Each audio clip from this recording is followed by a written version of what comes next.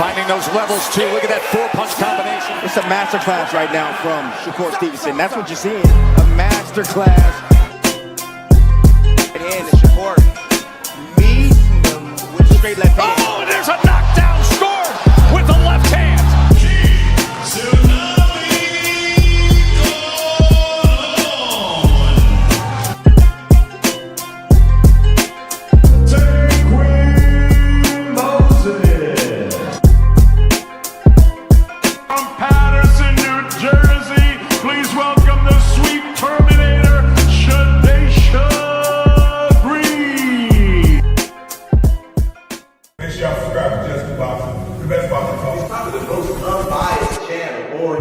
Right now, we're going to give him his just due. Shout out to my brother, Just Due.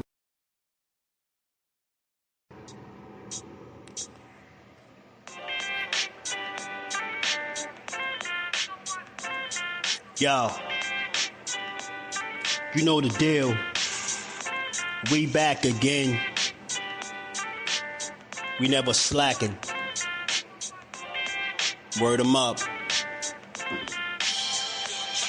Ladies and guys, whether if you drunk or you high, it's time to pay respects to the illest man alive. If you think you got a point, he'll shrink you down to size. And from there it's downhill like a slinky or a slide. Open your eyes, got a deep connection with the rise, so you might see them jump in whenever they go live. Peep it, this channel blowing up now, it's not a secret. With tons of exclusive interviews to listen to. Them other channels I hate, but yo, they missing clues. They start narratives, sip the goose and twist the truth. It don't take a rocket scientist to get the proof. Just click the live at 4 p.m. Eastern time. But when you chime in, make sure you keep it kind. But if cowards want to debate, then it's feasting time. My man Just Do shine, busy all the time. Grind 24/7, 365. Videos he might have 365. My rhyme sick, they make you do a 365. You get a rich if you think you fit to survive. It's Just Do boxing, time to click the live. Ain't no beginners, if you soft, you ain't down to ride. I crush you, respect too, it's Just Do.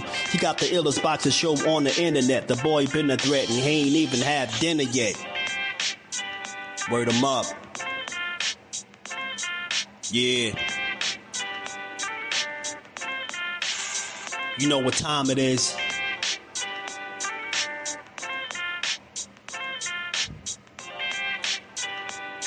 $4 p.m. Eastern. Click the link.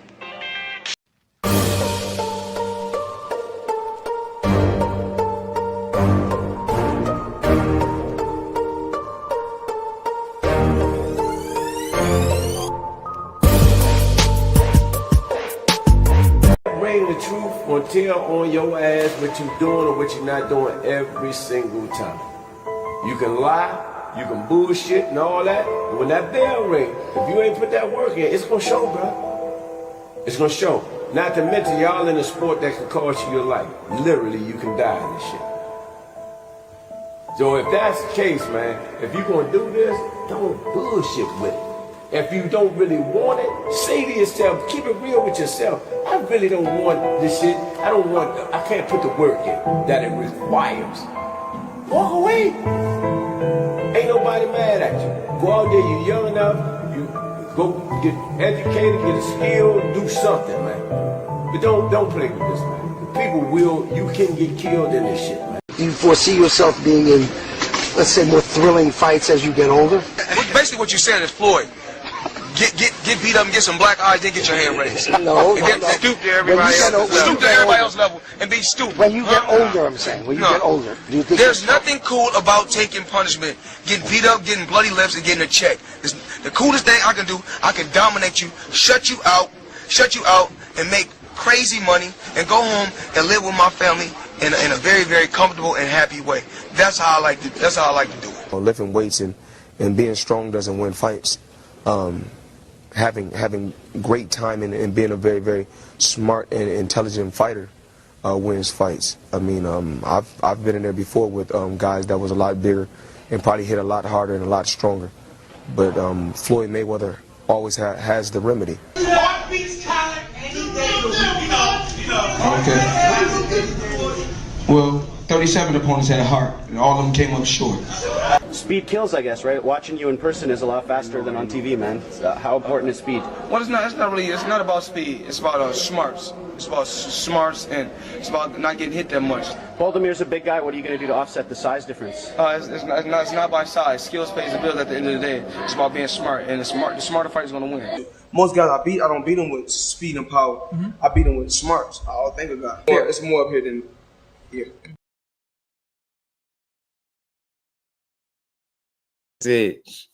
Message. Testing 1 2 1 2. Man, is this thing on, man? Message. Message, man. I had to add that to my, part of my intro, as we get this live going, man. Spoken wise words spoken straight from TVE, man. And y'all know I play these things for a reason. I am the clip king, but it's always a purpose as to why I be playing these clips, man. Shit is not a tough man contest, man. Spoken from one of the absolute best fighters in all of this sport, right? Like, man, how many times did he reiterate that point?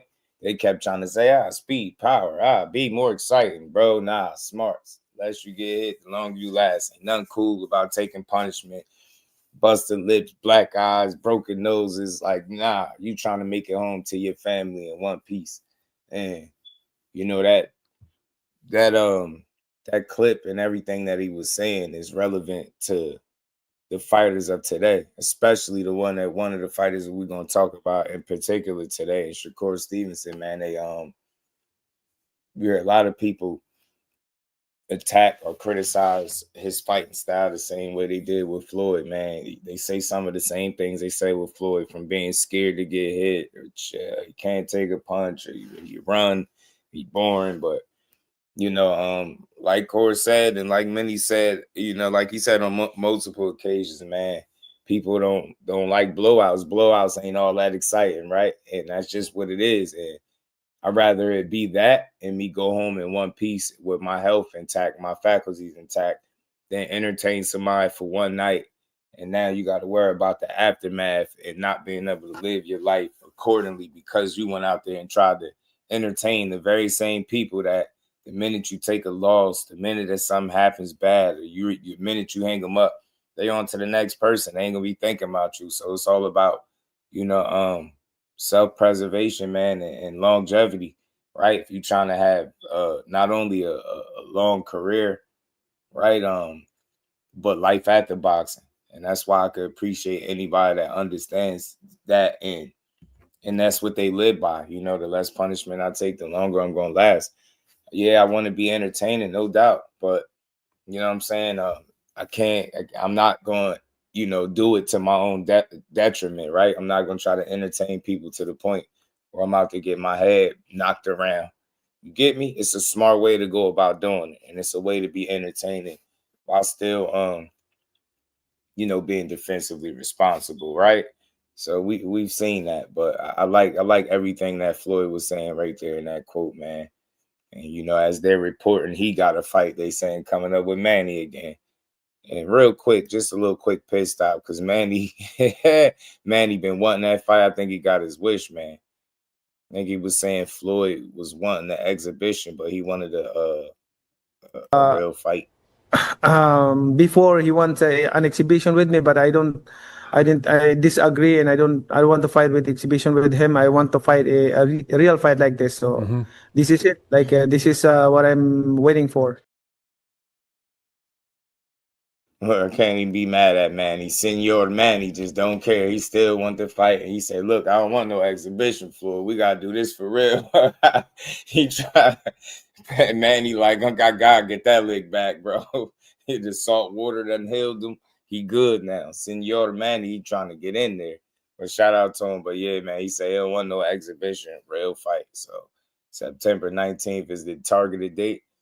I mean, I hope they smart. Like I said yesterday, I hope they build the undercard accordingly. Cash Sports, the box story, and my dog, Marcus, my guy, was good with the family. Motown in the building. Dank was good with it, bro. JP is in the building, man. My guy.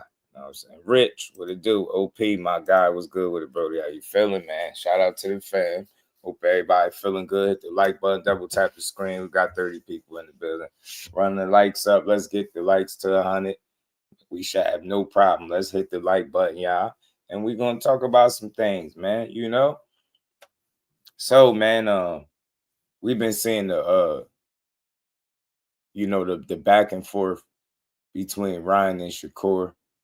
And I was saying, just as recent as yesterday, I was thinking like, nah, this, I still got my doubts. I'm like, nah, this fight ain't gonna happen because, I could respect that guys outgrow weight classes, and when you outgrow weight classes, it makes sense for you to stay where you at or fight where you comfortable, fight where it makes sense, right? You don't want to be making fights and having to be sick on the scale just to compete, right? It's just unnecessary, you know what I mean? And I thought the only way the fight would happen, in my opinion, was obviously, him going to 47. And I get it, right? Brian is a big dude, right? He carries some weight to him. You know what I'm saying? Blow up in between fights. And you know how he live. He don't live a fighter's lifestyle. So, he drinks, stuff like that. He put that weight on so he can get heavy. So I could understand him never wanting to fight at 140 again. You know what I mean? I get it. You know what I mean? At the end of the day, like I said, you just got to do what makes sense.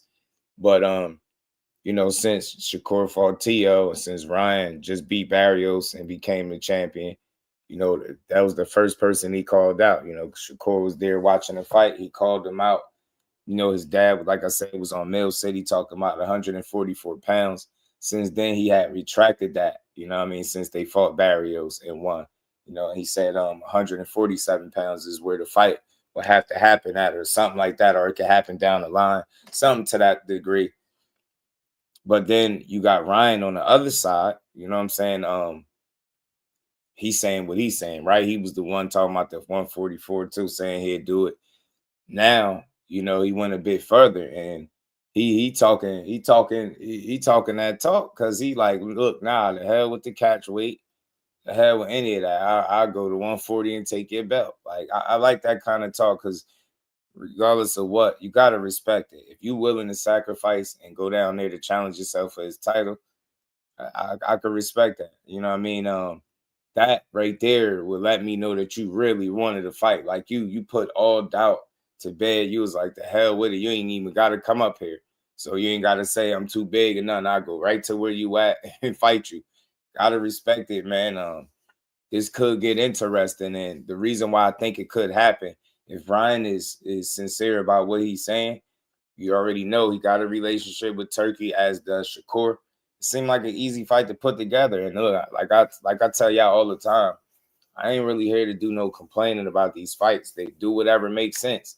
Ryan surprised me a bit with that. You get what I'm saying? Was saying the hell with the catch weight and 47. He like, bro, I'll come take your belt from you. That's what I want to do. And man, that's brave. That's brave. So, I mean, I don't want to hear he's sick this. If that's what he want to do, he's saying it. That's the thing. These guys put themselves out there.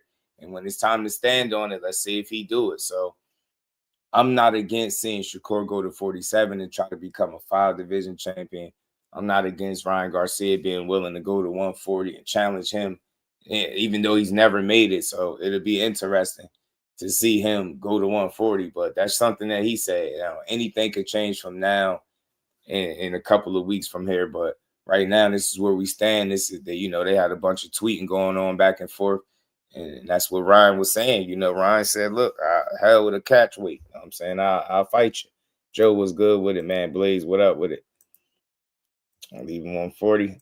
Crazy legendary. Yeah, it is. It is crazy. It's crazy, man. So let me pull up. Where's the tweet at, man? I'm for this, man. I'm just for fights, bro. I want to see people fight guys that want to fight each other. You want to fight? Cool. Make the fight. You're a champion now, so at the end of the day, you got more value.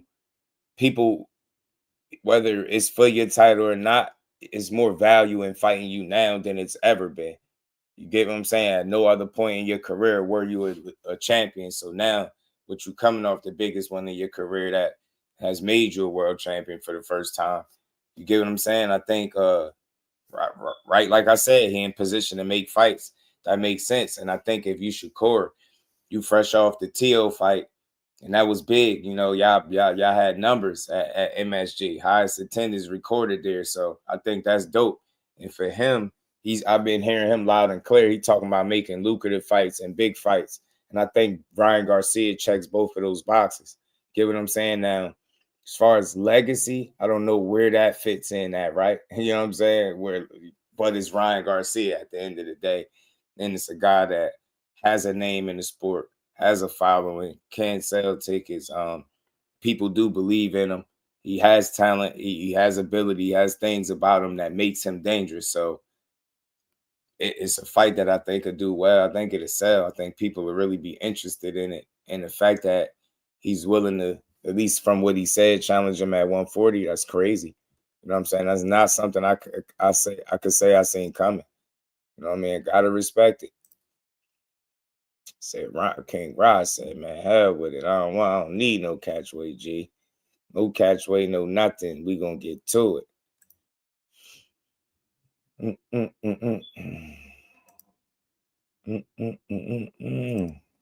Man, I'm for it though, man. You see it right here. Forget the catchweight shit, man. Let's do it for real. I want to take your belt and snatch it right off you. And then he tagged Core in it. Core said, you speaking my language. This could be a dope fight, man.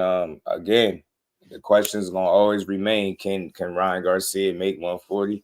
Is he just tweeting and talking, or is he willing to do it? Now, I will say, he fought Tank, and he was adamant about getting that fight. You know what I mean? He went against Oscar wanted to make that fight. So y'all know how I do it.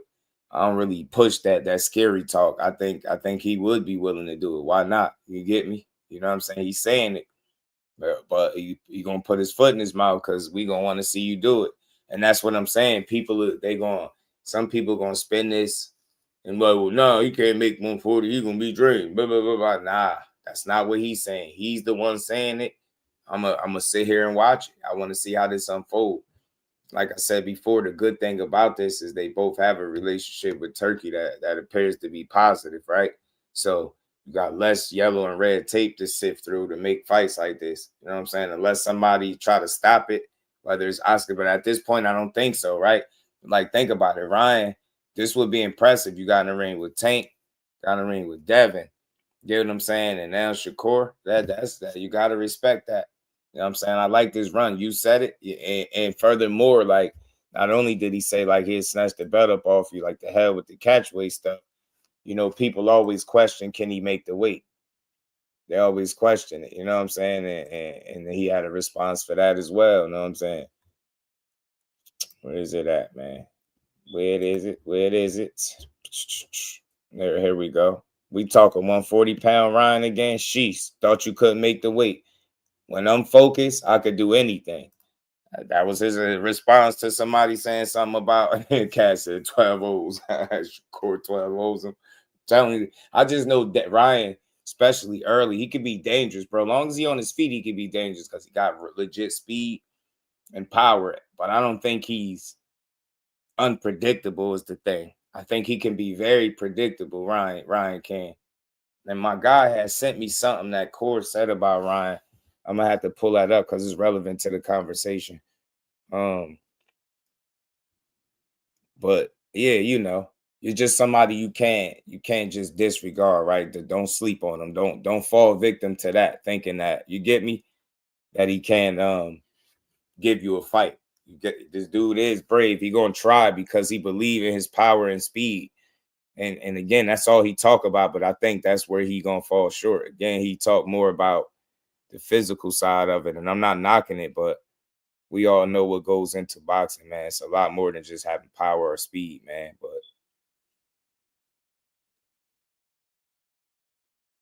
you let him tell it, man. He the strongest guy. He hit the hardest. Can't nobody take his power. He's gonna knock everybody out. Now, I will say this: that's definitely not somebody that you need to be allowing to crack you, because I think his punching power is legit. I do think his punching power legit. It's just, again, when you start fighting that upper echelon of talent, it get a little bit dicey. You know what I mean? With those knockouts, now we start to question: can you knock out elite level talent? Right? Can you knock out guys that are world class? We seen you put down Barrios.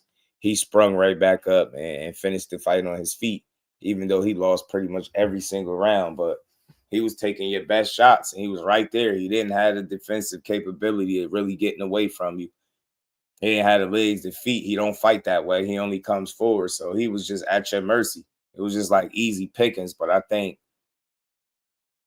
where you got to test Ryan is the same place you test a lot of these guys. You test them mentally, right? You test them mentally. You beat these guys mentally, right? You heard what Floyd was saying in that clip, man. Be the smartest guy.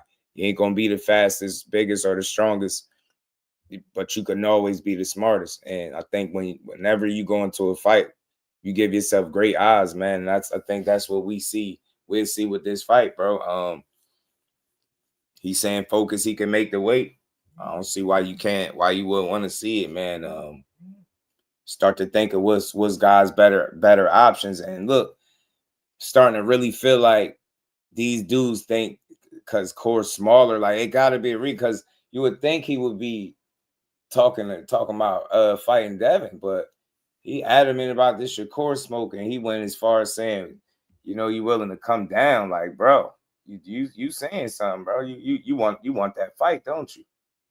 You want that fight. Remember, he was brave. He had this energy with Tank all them years ago, right? He was pushing for it. He really wanted it.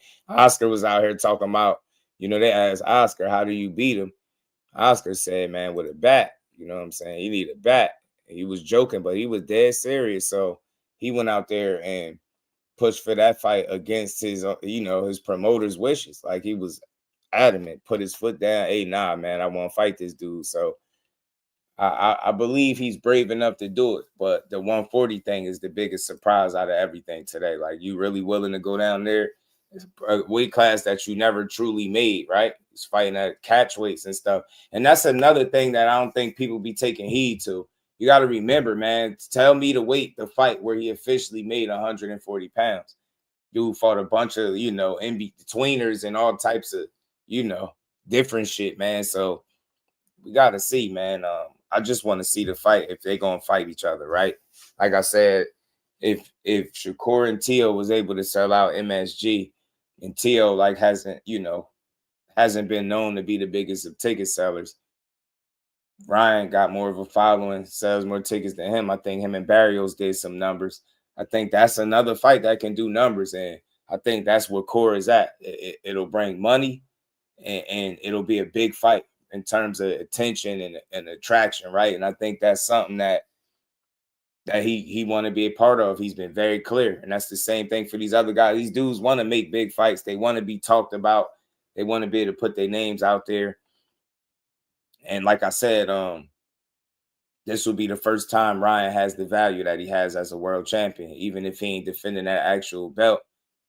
As of today, he's a legit world champion. He beat Mario Barrios for his title. So it's like he makes a good fight for people. And I think it brings revenue, it makes money, then they're going to do it. And I think Turkey is on board. I think Turkey would be on board too. I would like to know where he stands on all of this, man, because I would assume that he would be the guy putting on the fight. I would assume early that he would be the guy, but shit, he probably don't even have to be the one to do it. But I wonder where his interest lies in terms of making this particular fight. Seeing as that both of these guys, have fought on ring cards. You get what I'm saying? It seemed like a 1-2-3 situation, man. Don't seem like a tough fight to make at all. Especially if both guys are serious about it, man. Go ahead and get the people something, man. Go ahead and see if King Rock shock the world. You know what I'm saying? See if he can shock the world. Upset the apple cart, because that's what it'd be. Used to be Shakur, it'd be a hell of an upset. Be a big time upset. It'd be crazy to see if he actually go out there and fight him at 140.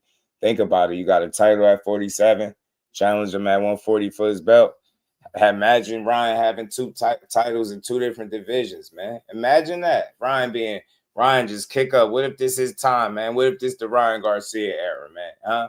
He got a taste for titles now. He hungry, man. He out here talking about going to weight classes and taking belts up off people, man. I think he got the bug, man. He might have the itch now that he might have the itch. And Corey talking about 140 me versus Ryan next. He's saying yeah, I hope this fight do happen. Yeah, they entertained it enough. I don't even need to see no more back and forth. Get Vada and on the line and get them boys a date in the venue, man. You know what I'm saying? Get them paid. Get them dudes paid, man. Let's see it. Ryan fast, right? You get what I'm saying? Like I said, anything can happen in a fight.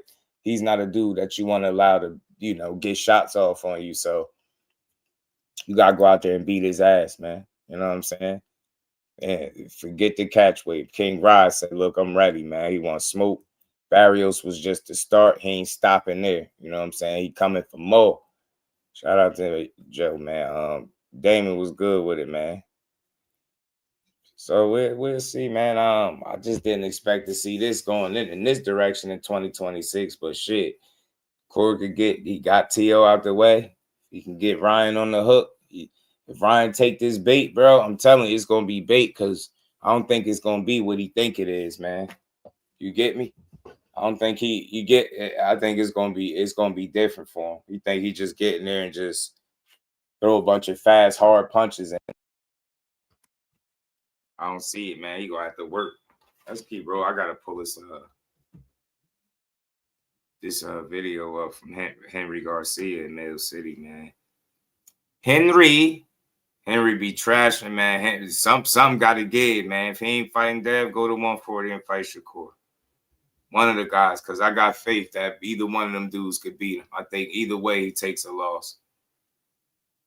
Either way. Let me pull this joint up. Hit the like button, y'all. Make sure y'all hitting the like button on both sides. Double tap the screen.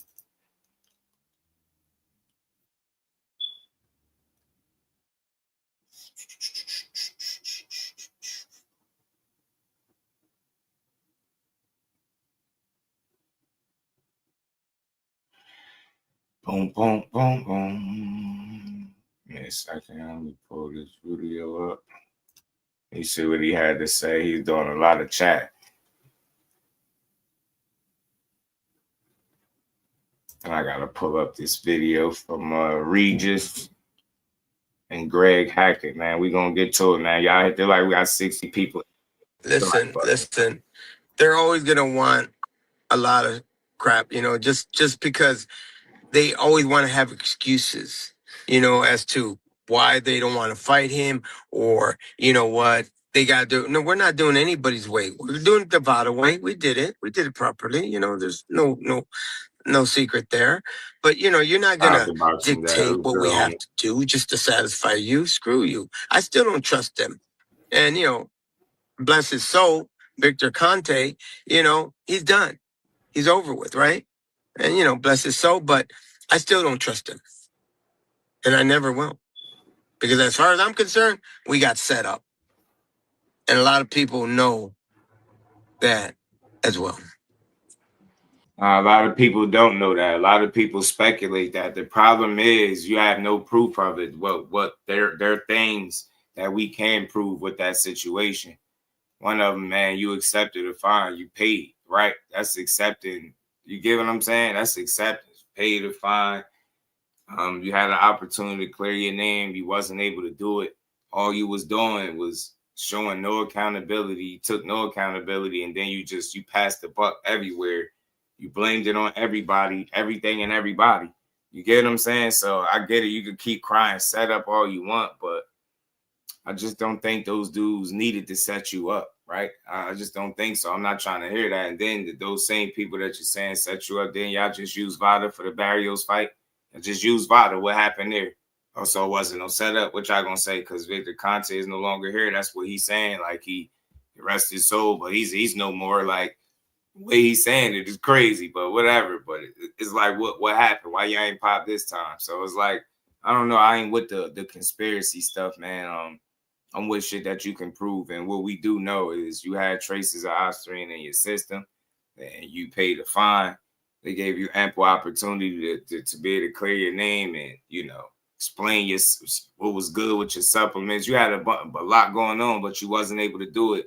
And all you did was troll and talk crazy. And to make matters worse, you was on record saying that they should be a league where they let you use steroids. Like, yeah, you there's trolling and then there's just being a fool. And that's you just took it to a whole nother level. So you gave people every reason to suspect that you was dirty in that particular fight.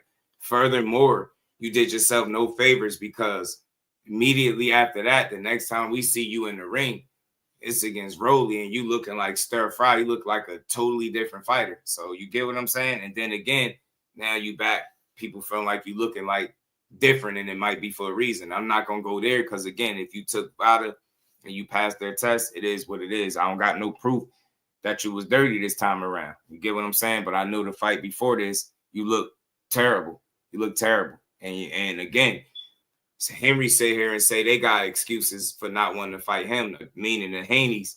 But that's all y'all did was make excuses after y'all lost to Rolly. That's all y'all did. Well, that wasn't him in here. Oh, he couldn't train. Oh, his body was rejecting this and that. It's like, you always got something. You always got something. You tried that with Tank. You was sick. You was drained with Tank. But you on record smashing tacos and saying how dumb Tank is and he's easy to trick. So it's like you're not consistent with your excuses. 1 minute is you all good and your weight is on point, and then after you get beat, it's like, oh, well, I was drained and he drained me. Like, I don't want to hear it. So it is what it is. But at the end of the day, make these fights, bro. Stop making excuses. Y'all were the ones with the Osterine. I don't want to keep hearing this setup stuff. You have an opportunity to right the wrong and put it to bed and prove everybody wrong. Put the pressure on them and fight them. Who do y'all want to fight? Because we don't want to hear you sitting here keep talking about the same stuff over and over, bro. Are you going to fight him now? You a champion in his division. The time is now. It make all the sense in the world for you to want to fight him. You should be as much as motivated to fight him as he is to fight you. Because now y'all both got something that each other could want. You both could end up being a unified champion in possibly one of the biggest rematches in boxing. So again, play your cards right. But all this complaining and setup shit, we're not trying to hear that, man. You couldn't prove setup. You couldn't prove that nobody did you wrong, and you passed the buck to whoever it was convenient to pass it to at the time, right? It's this person, it's that person, it's Vada, it's Conte, it's that, it's the trainer. It's like, bro, it's you. Common deny is you. You get what I'm saying? So tighten up, Ryan. Make these fights. If you and Shakur fight next, let's see it. So do you feel like especially Joe Goosen? I spoke to him. Interesting, huh? How was that conversation after the fight? Oh, it was amazing. He goes, Henry, he goes, we're Virgos. Because did you know his birthday is the same day as mine? I did not know that. September 7th. So we're both Virgos. We know each other. And he was so proud of me. He goes, you know what, Henry? He goes, I always knew you were pretty sharp. Can't hear you, Coach. I think you got a phone call. Smash the like button. Double tap the screen if you guys are on mobile devices as well. We got the one and only Henry Garcia in the house in Vegas with us. I get opportunities. And the fight was just this Saturday, ladies and gentlemen. So salute to Team Garcia. Salute to we back. We're back. Okay, brother. So sorry about that. It was looping. No problem. So tell me, do you feel like this the 365 testing, do you feel like that's going to be an ongoing thing and that's the reason why the fight won't happen? I don't know what even that means. I never even heard of it, honestly. All I've heard. If you're going to hear about it, it'll be me because I work with Lupe. Yeah. I honestly, we never heard about it. You know, all I heard was Vada and this other one, but I never heard of 365. What's 365? Do you know? We're looking into it, but again. All right, Lupe. It's Lisa. Henry's on an interview, but the guys asking about Devin Haney saying we were supposed to sign with some 365. Go ahead. Sorry about that. You heard of that? So, now that we don't know what he's talking about. Nah, they said they didn't need him to do no 365 testing. They said they just needed him to be basically strict testing is what they were saying. Like, they want you to be tested a little bit out before the fight and all the way leading up to the fight. And I get it. When I hear that, basically it sounds like they just want to make sure you ain't cycling on, off, or however you do it, right? They want to make sure everything is on the up and up.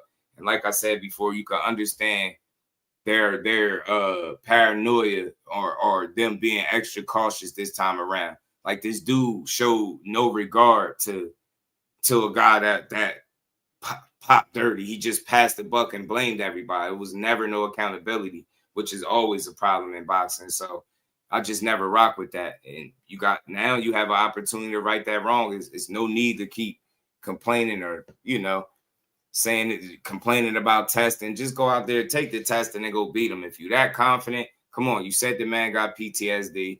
You said you'll beat him. He don't want that. You said it's going to be worse this time. You're going to retire him and all this stuff. Shouldn't matter, man. Go out there, get tested, and go make one of the biggest fights in your career. And if you really like that, then you'll get the win. You beat Devin, it'll be the biggest win of your career. Get what I'm saying? Instead of making excuses. That's why I be a little confused as to what fight actually going to happen next. Because, yeah, you hear the fighter saying one thing, but then you hear this guy, and I ain't saying he going to make the decisions, but he kind of flip-flopping. Like, what fight do you want to see your son in? Because you're going to be coaching. You in the corner, right? Who you want to see? Shit gonna matter. Shit different, man. You want to fight Devin in weight class where you at? Do you really want to chance yourself at 140? Shout out to Will. What's good with it, bro? Okay, I just heard from Lupe that he said he doesn't even know what they're talking about. Okay. So anyway, go ahead. So I mean, do you feel like the fight will happen or not?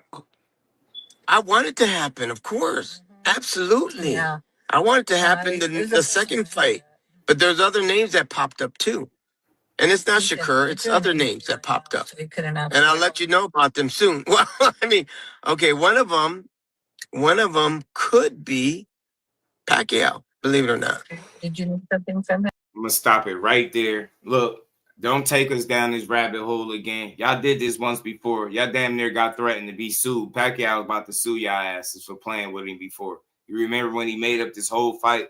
And remember, he said it was an exhibition at first, and he came out and said it's not an exhibition, it's a real fight. It's going to be on the records. And he was adding all types of details. And then, Team Pacquiao came out.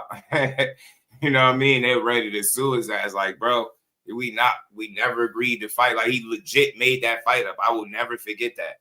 That was at the time where he was supposed to fight a lot of different guys, and you could go down the list. It was like 5, 6 different fighters. It was a lot of fighters. He wasn't fighting none of them at the time. Ryan was looking crazy, and he was out here promoting a fight with Manny Pacquiao that was never coming. That's nasty work. Crush, my dog, was good with it, bro. So, look, I get it. Pacquiao is a legend. He got that name. If you can get him in the ring, then you do it. But look, do you know why this is BS? So why would Netflix post that Floyd and Pacquiao about to run it back in September? They posted on their official you get what I'm saying, their official page, their official account on Instagram. They set September 19th at the Spirit. This is what Netflix posted. So you're telling me Manny Pacquiao, and what did Manny Pacquiao just say in that clip that I played for y'all, right? Said Floyd wanted an exhibition. He wanted a real fight. He telling you it's going to be a fight. So how are y'all fighting Pacquiao? Do you see my problem with Henry? He just be like, he out of touch. Like, bro, how you don't know what's going on?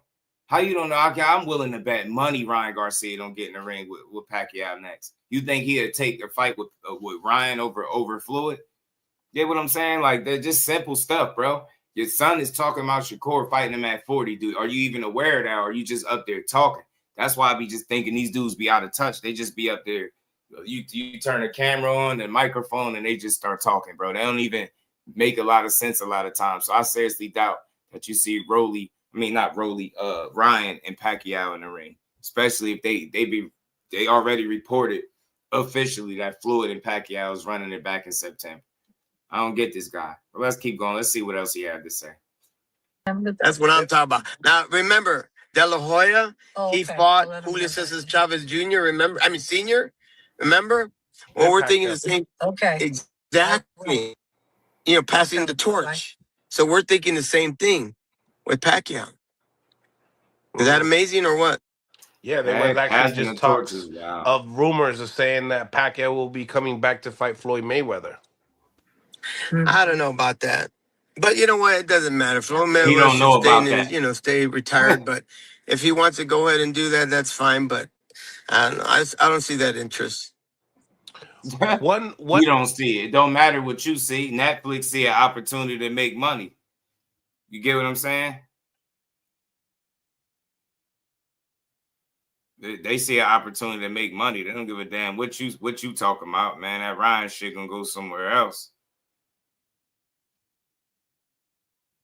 You know what I'm saying? That damn, he gonna have to go find something else to do. So again, bro, that be the problem. I guess you can't really listen to Henry. He don't really know what's going on. He should know because it's out there. Everybody done talked about it. It's pretty much everywhere. I thought they was joking at first. I had to go to Netflix to really double check to make sure that fight was coming, and they got it for September 19th. So unless something changed between now and then,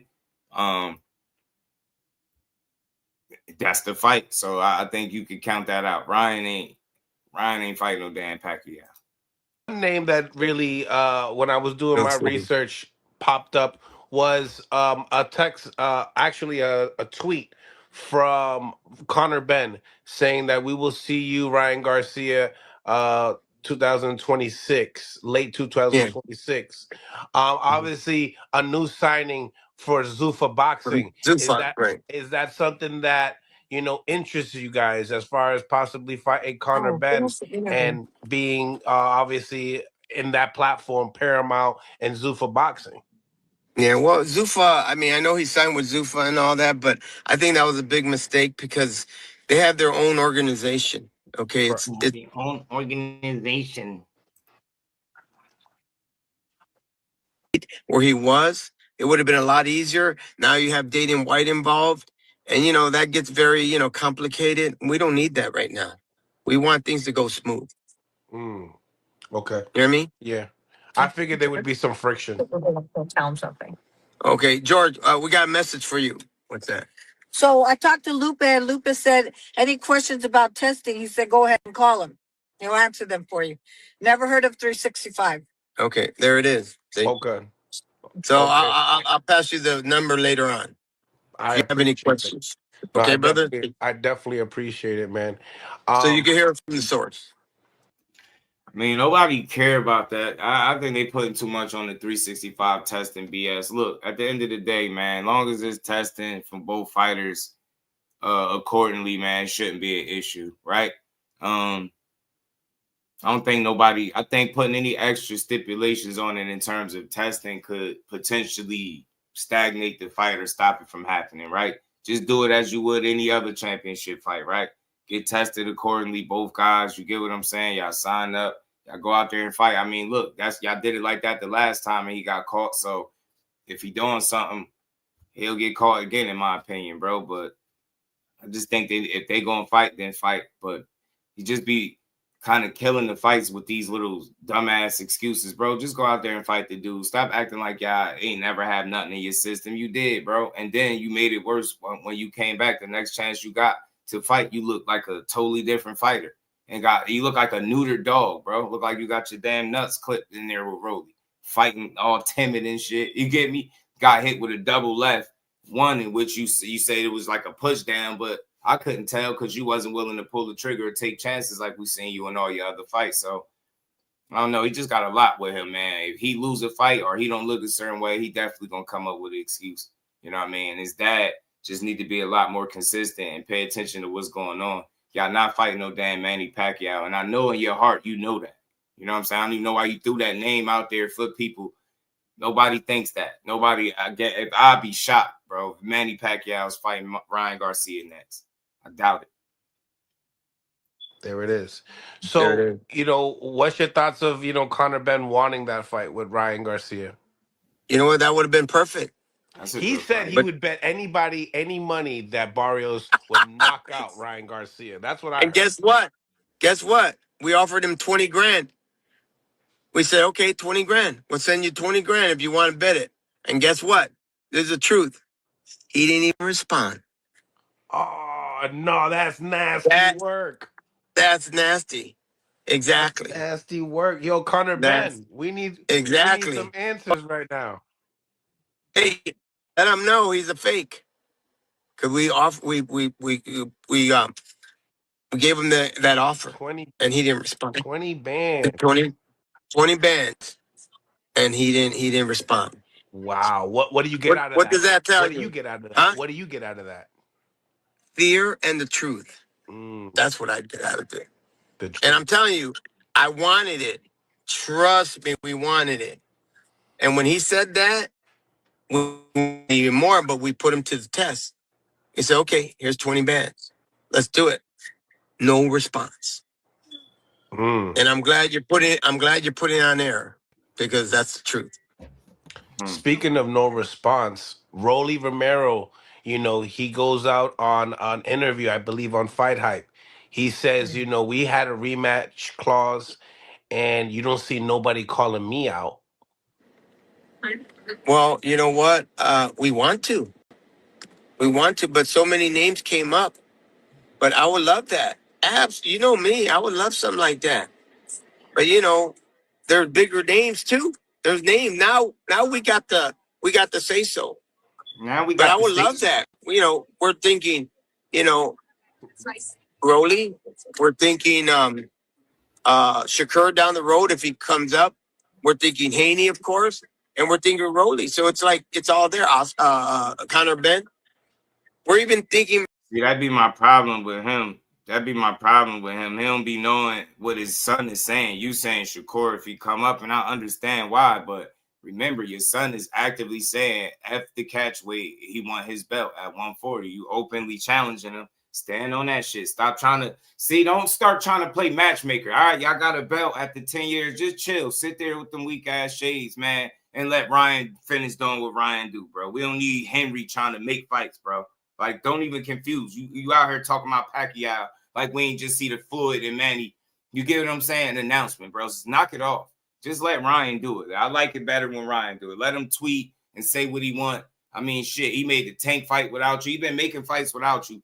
Just sit there, keep coaching. Stick to that because you're going to have your hands full. You deal with Shakur, I tell you that. I don't give a damn what nobody said.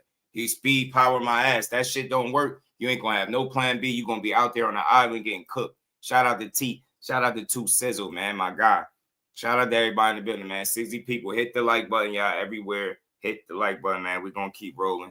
We got some more stuff to get to. Like I said, man, Regis chimed in on this potential fight between the two. Greg Hackett. Shout out to my dog, Jordan, man. Andre Ward just had Shakur on the show. He was talking about the matchup up there as well. We're going to build on it, man, because this is the fight that they're talking about. And until I hear something that makes it sound like it can't happen, we're going to build on it, man. It's something that I can't say I expected to see in 2026. But, look, y'all know my motto, man. I just want to see good fights.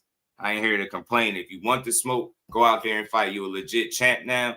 People should want to fight you, right? You have value now. You know what I mean? So everybody that think Ryan and Lick, go get in there and fight him. You know what I'm saying? He's still dangerous, right? He ain't going to be easy per se, but he has deficiencies, man. He has holes in his game that can be exploited, man. I think with the right person, we're going to see that.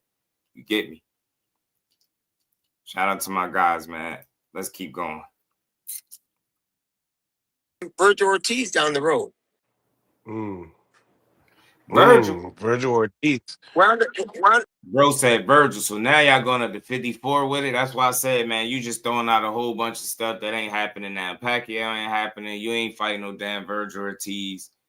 Connor Ben did say something to y'all. You have something there. I mean, he says you keep the belt warm. So, you know what I mean? I don't see why that fight couldn't happen. It's a good fight. Ryan think he'd just blast him out, knock him out. I don't know. That'd be interesting, bro, because Connor Ben could take a good shot, and he's aggressive, man. He could make things very interesting stylistically with Ryan Garcia, because y'all know how Ryan Garcia shell up when somebody pressuring him, right? You've seen it in the Duarte fight. He do that Victorville shell and turn his body on a weird-ass angle. Be interesting to see how he would deal with that come-forward pressure of Connor Ben if they would fight. So I think that's a good fight. Ryan got some options, bro. I told you that's all it took was for him to win the fight, and he was going to have options. Big B-Low, what it do, my guy? How you feeling? He got options, man. He just better play his cards right. We're on the driver's seat right now. Really. That's interesting. Yeah, literally, right? I was actually reading some stuff that Virgil Ortiz was talking about.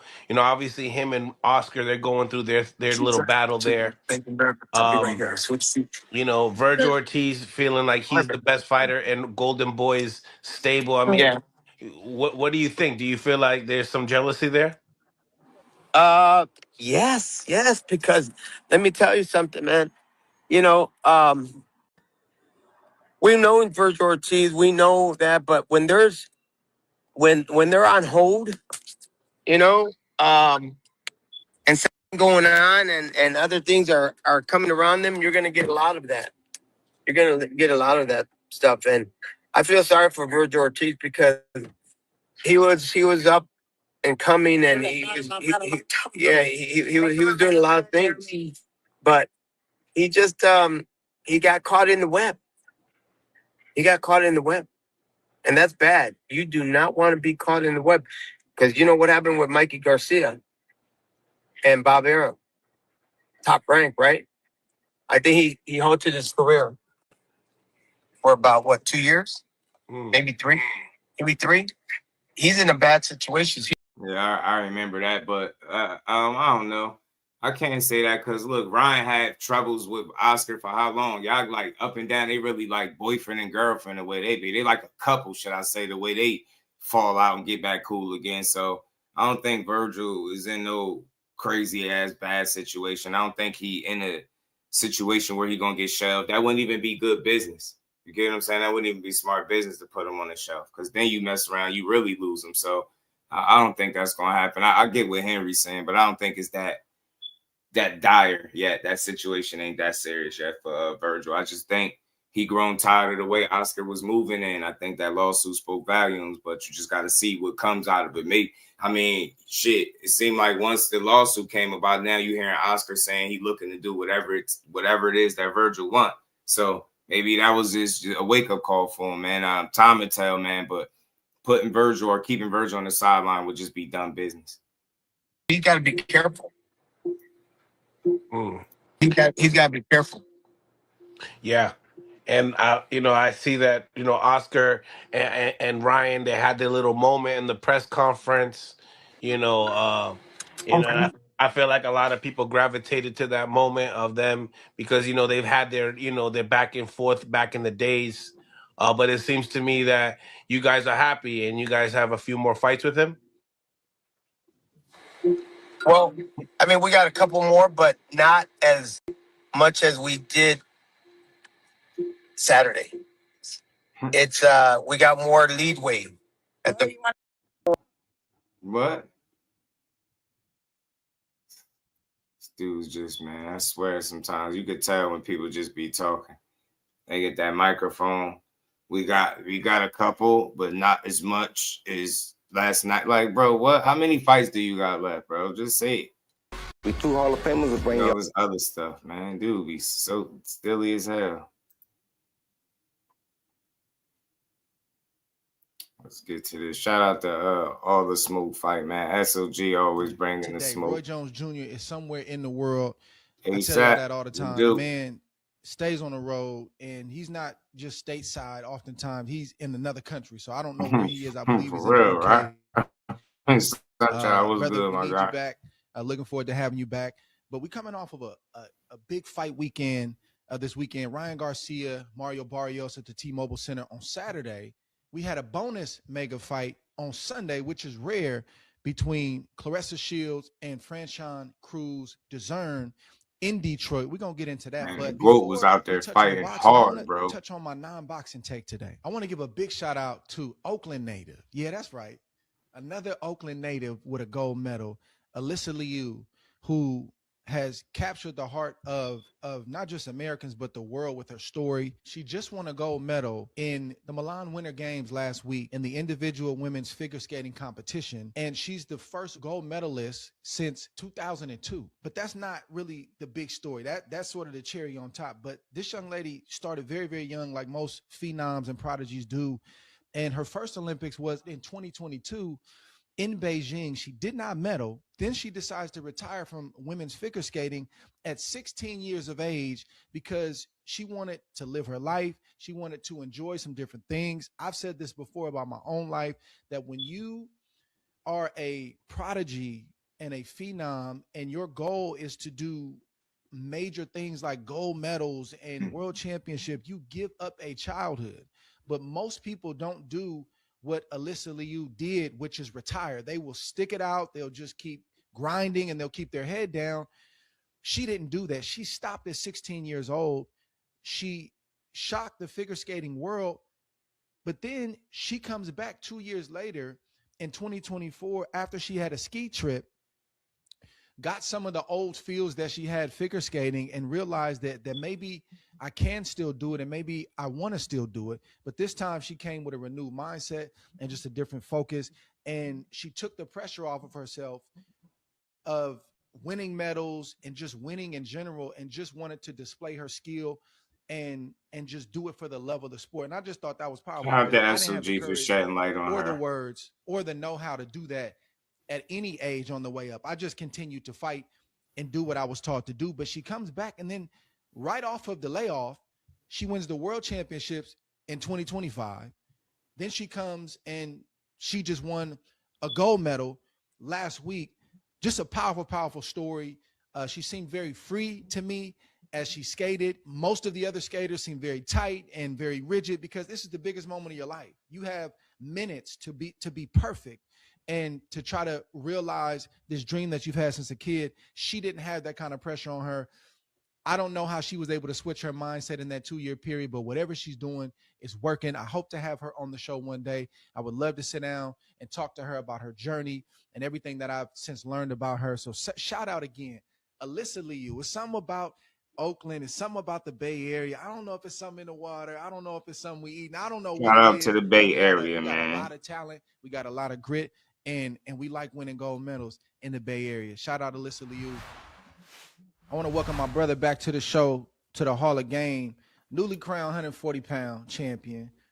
Shout out to SOG, man. Ain't no official word yet, but you know, with them going back and forth, the latest is Ryan saying he after catch weight, he willing, you know, he want the belt, talking about going to 40, but you hear his dad saying something else, you know what I mean, talking about down the line or when Shakur move up. Ultimately, it's going to be up to Ryan. You know, Ryan has been known to go against the grain or, you know, do what he going to do or push the envelope a bit. So let's see which direction he push. I mean, the cool thing about boxing right now is with a lot of these guys, they got options. If this fight don't happen with him and Corey, he definitely could pursue the rematch with Devin or I don't know, fight a Conor Ben. It's people for him to fight for sure. You know what I'm saying? But we'll see. I think it's early though, but both of these dudes definitely sound like they want to fight each other. But I want to know, like, you know, what the powers that be, who's looking to, you know what I mean, put this fight on, and would it be Turkey? 4-division world champion. I want to welcome Shakur Stevenson to the show. How many more divisions you trying to climb, bro? I got one more division in me, I think. One more. 4-7? Yeah, for sure. Okay. Well, bro, I appreciate you getting on, man. I know how it is, man. Y'all, you know, y'all be up late playing the video games, bro. The early mornings be rough, brother. Have you had your coffee yet? Nah, I ain't had no coffee yet. You ain't had your coffee? You ain't had that gasoline yet? I mean, I just woke up fresh out of bed. I'm not gonna try to hold you, bro, too long. You did a great job, man, on DAZN's telecast, bro. This past Saturday at Ryan Garcia's fight, man. You ain't had no notes or nothing, bro. You was just freestyling up there, bro. How did it feel to do a whole show like that at the desk? It wasn't an official desk, but it was basically the desk. I enjoyed it. I felt like I was giving good insight. I felt like at the end of the night, I was kind of like worn out, and I realized like it was harder than what I expected. But I enjoyed it. Yeah, that's what people don't understand about that commentating, man. I'm telling you that, listen, I ain't calling myself no commentator, but that's basically what you're doing as a content creator when you talking for 3, 4, 5, 6, 7 hours. Like that shit really it'll wear you out. It'll drain you. Especially when you trying to entertain people or keep people's attention and you talking, right? That shit, yeah. Like I so many people that see other guys do it, they go try to do it and they text me or call me and talk about it, like how hard it is. Are you trying to do it? It's hard to talk for hours on end, man. And he ain't even have to do it as constant as what we have to do it, but he felt it. I'm telling you, man, it's a lot. Shit'll wear you out doing all that talking. You know what I mean? Use a lot more brain power than you think, especially doing this. And like mentally, you start to go, but you still got to be sharp. You can't make no mistakes. You can't mess up people's names. You can't, forget stuff. So the mental game for the broadcasting is crazy, bro. But I couldn't tell you was getting tired. Why did they have y'all at a desk? Why did they make y'all stand up the whole time? I'm not sure, but you know what's crazy? What I really was thinking about? I'm like, I talk a lot of junk to you about having coffee like 2 to 3 times a day. But once my coffee worn off, I felt it. I'm like, man, I'm tired. Like, yes, sir. for sure. So I Yes, kind sir. of Look. understood you in that moment. But Yes. I Yeah. don't know why they had to send I that. got the producers though. I had the producers like, look, when they get time, I'm like, run that. Cause it's it's a long night, bro. And you gotta be on point and be sharp, man. Tell me about Ryan's performance. I mean, he fought Mario Barrios. Mario Barrios is a champion. But that wasn't the first time that something like that happened to him, right? Where he didn't really fight back. I'm telling you, you be up here, yo. Hey, y'all. One day, I got a little quick story, real quick. Hey, y'all. One day, I was up here, and man, I'm so mad I can't remember right now what fights I was calling. Man, I can't remember. I have never in my life been that tired while I was live, bro. I was in my mind, I was like begging for the fights to hurry up and be over. I was like, yo, I was falling asleep, everything. I'm catching myself. I was feeling like, how you fall asleep somewhere and you don't plan to, you wake up like almost, heartbeat racing. That kept happening to me. Them little mini naps, I doze off. Oh, pop up like, try to call the fights. I'm like, I could have swore somebody called on. Somebody said something, man. It's just sleep, man. I was tired, yo. I was tired. Yo. Yo, I was so tired, bro. I was like, yo, man, I felt like almost intoxicated. That's how tired I was. I was like, bro, this shit is crazy. Like, I need for these fights to be off. Like, I need it. I think when the card was over, I think I ended immediately. Like, I give a little more commentary. Hell nah. Not that day. Yeah, y'all. I was dead, man. I'm like, bro, that's why it's important. Now I'm getting better with it. Like, I've been doing it for a while. So when I know it's fights, like, I make sure a little power nap is good. Cause them 5, 6, 7 hours that stretch, you be like, bro.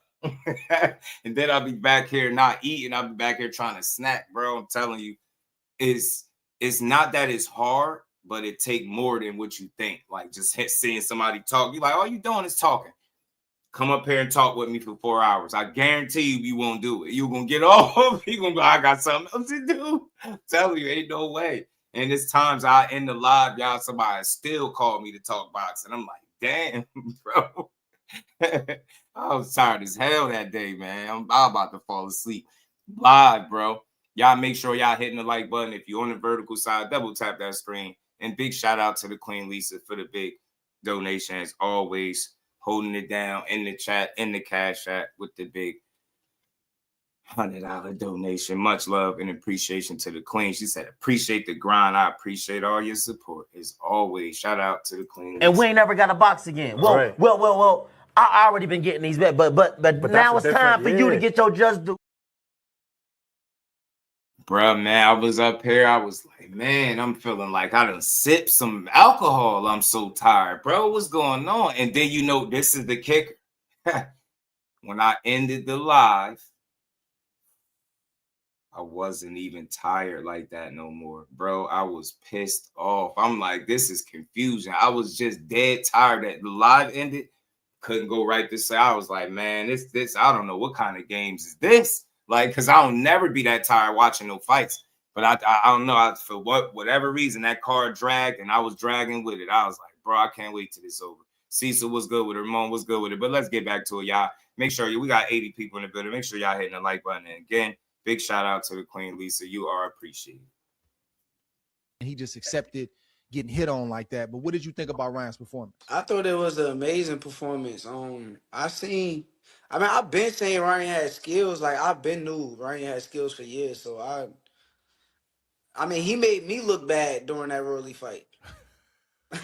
That's how I felt. Like he made me look bad because I kept saying how skillful he was. So Yeah. I thought it was a great performance. I thought Ryan did his thing. The only thing with Ryan, you just never know after he got caught with cheating whether it's him performing at a high level or is he confident to do the things that he want to do if he's cheating or not. So I just never know. Yeah, he looked good physically coming into the fight, and I think that stuff aside, what you just mentioned, like from what I saw, that's the most complete I've seen him.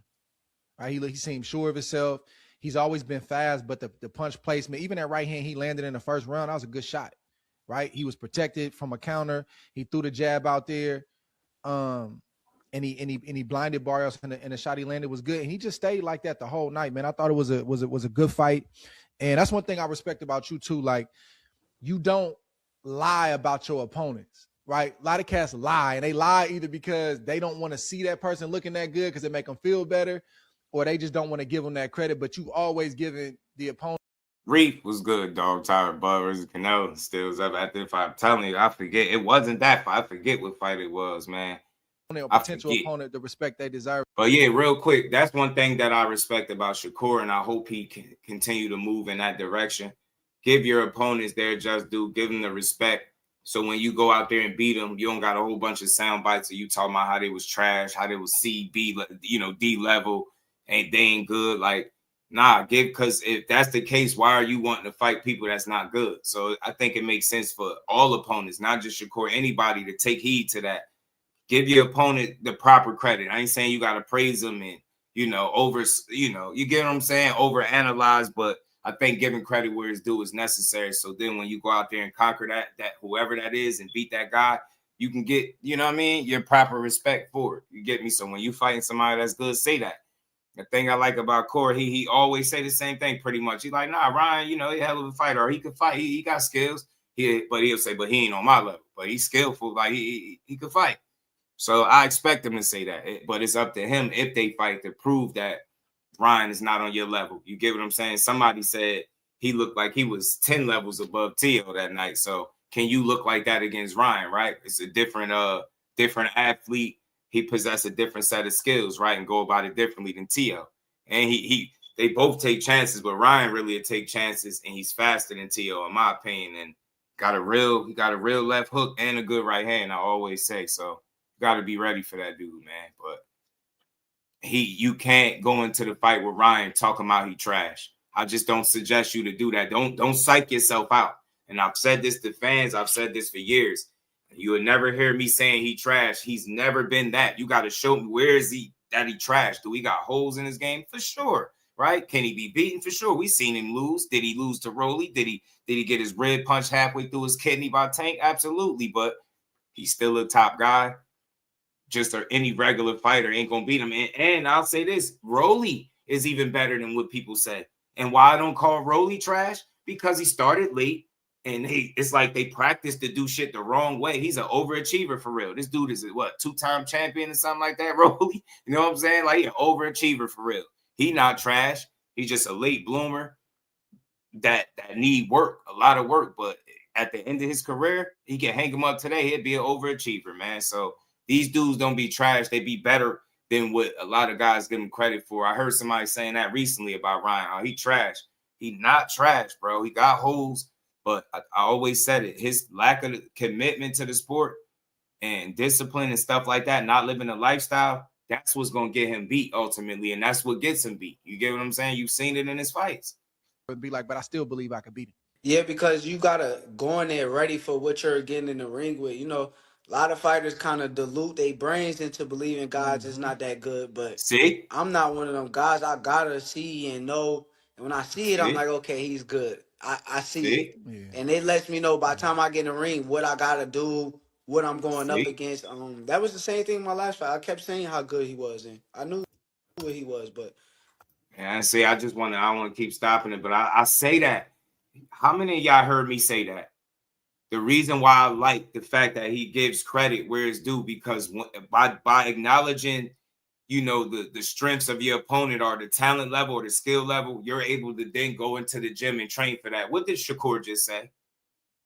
He said the same shit. I've been saying this shit for years on this channel. Yo, when fighters, when you say a guy is trash and you keep beating that in your head, I think subconsciously you start to believe that. And instead of running 8 miles, you might run 7 or 6, right? You get what I'm saying? Instead of finishing strong, you might. So you get me, just little shit. And I believe you start to build complacency in your head by creating a narrative that you don't need. Nah, tell yourself that all these dudes is killers. That, everybody I get in the ring with, I'm fighting the best person ever. Train like that. I'd rather you think like that than to sit here and drill into your head that your opponent is not good. And then you cutting corners because you done psych yourself out. I want you to think that this guy is a threat, that he can mess up everything you got going on. So then when you get into that damn gym, you go out there and put the proper work in. You get what I'm saying? I like the fact that he said that. I've been saying this shit for years, man. That's a smart mentality to have. And it goes to show you that your boy Just know what he be talking about a little bit. You know what I'm saying? A lot of fighters kind of dilute their brains into believing God's is not that good, but I'm not one of them guys. I gotta see and know. And when I see it, I'm like, okay, he's good. I see it. Yeah. And it lets me know by the time I get in the ring what I gotta do, what I'm going up against. That was the same thing in my last fight. I kept saying how good he was, and I knew what he was, but I know that I'm better.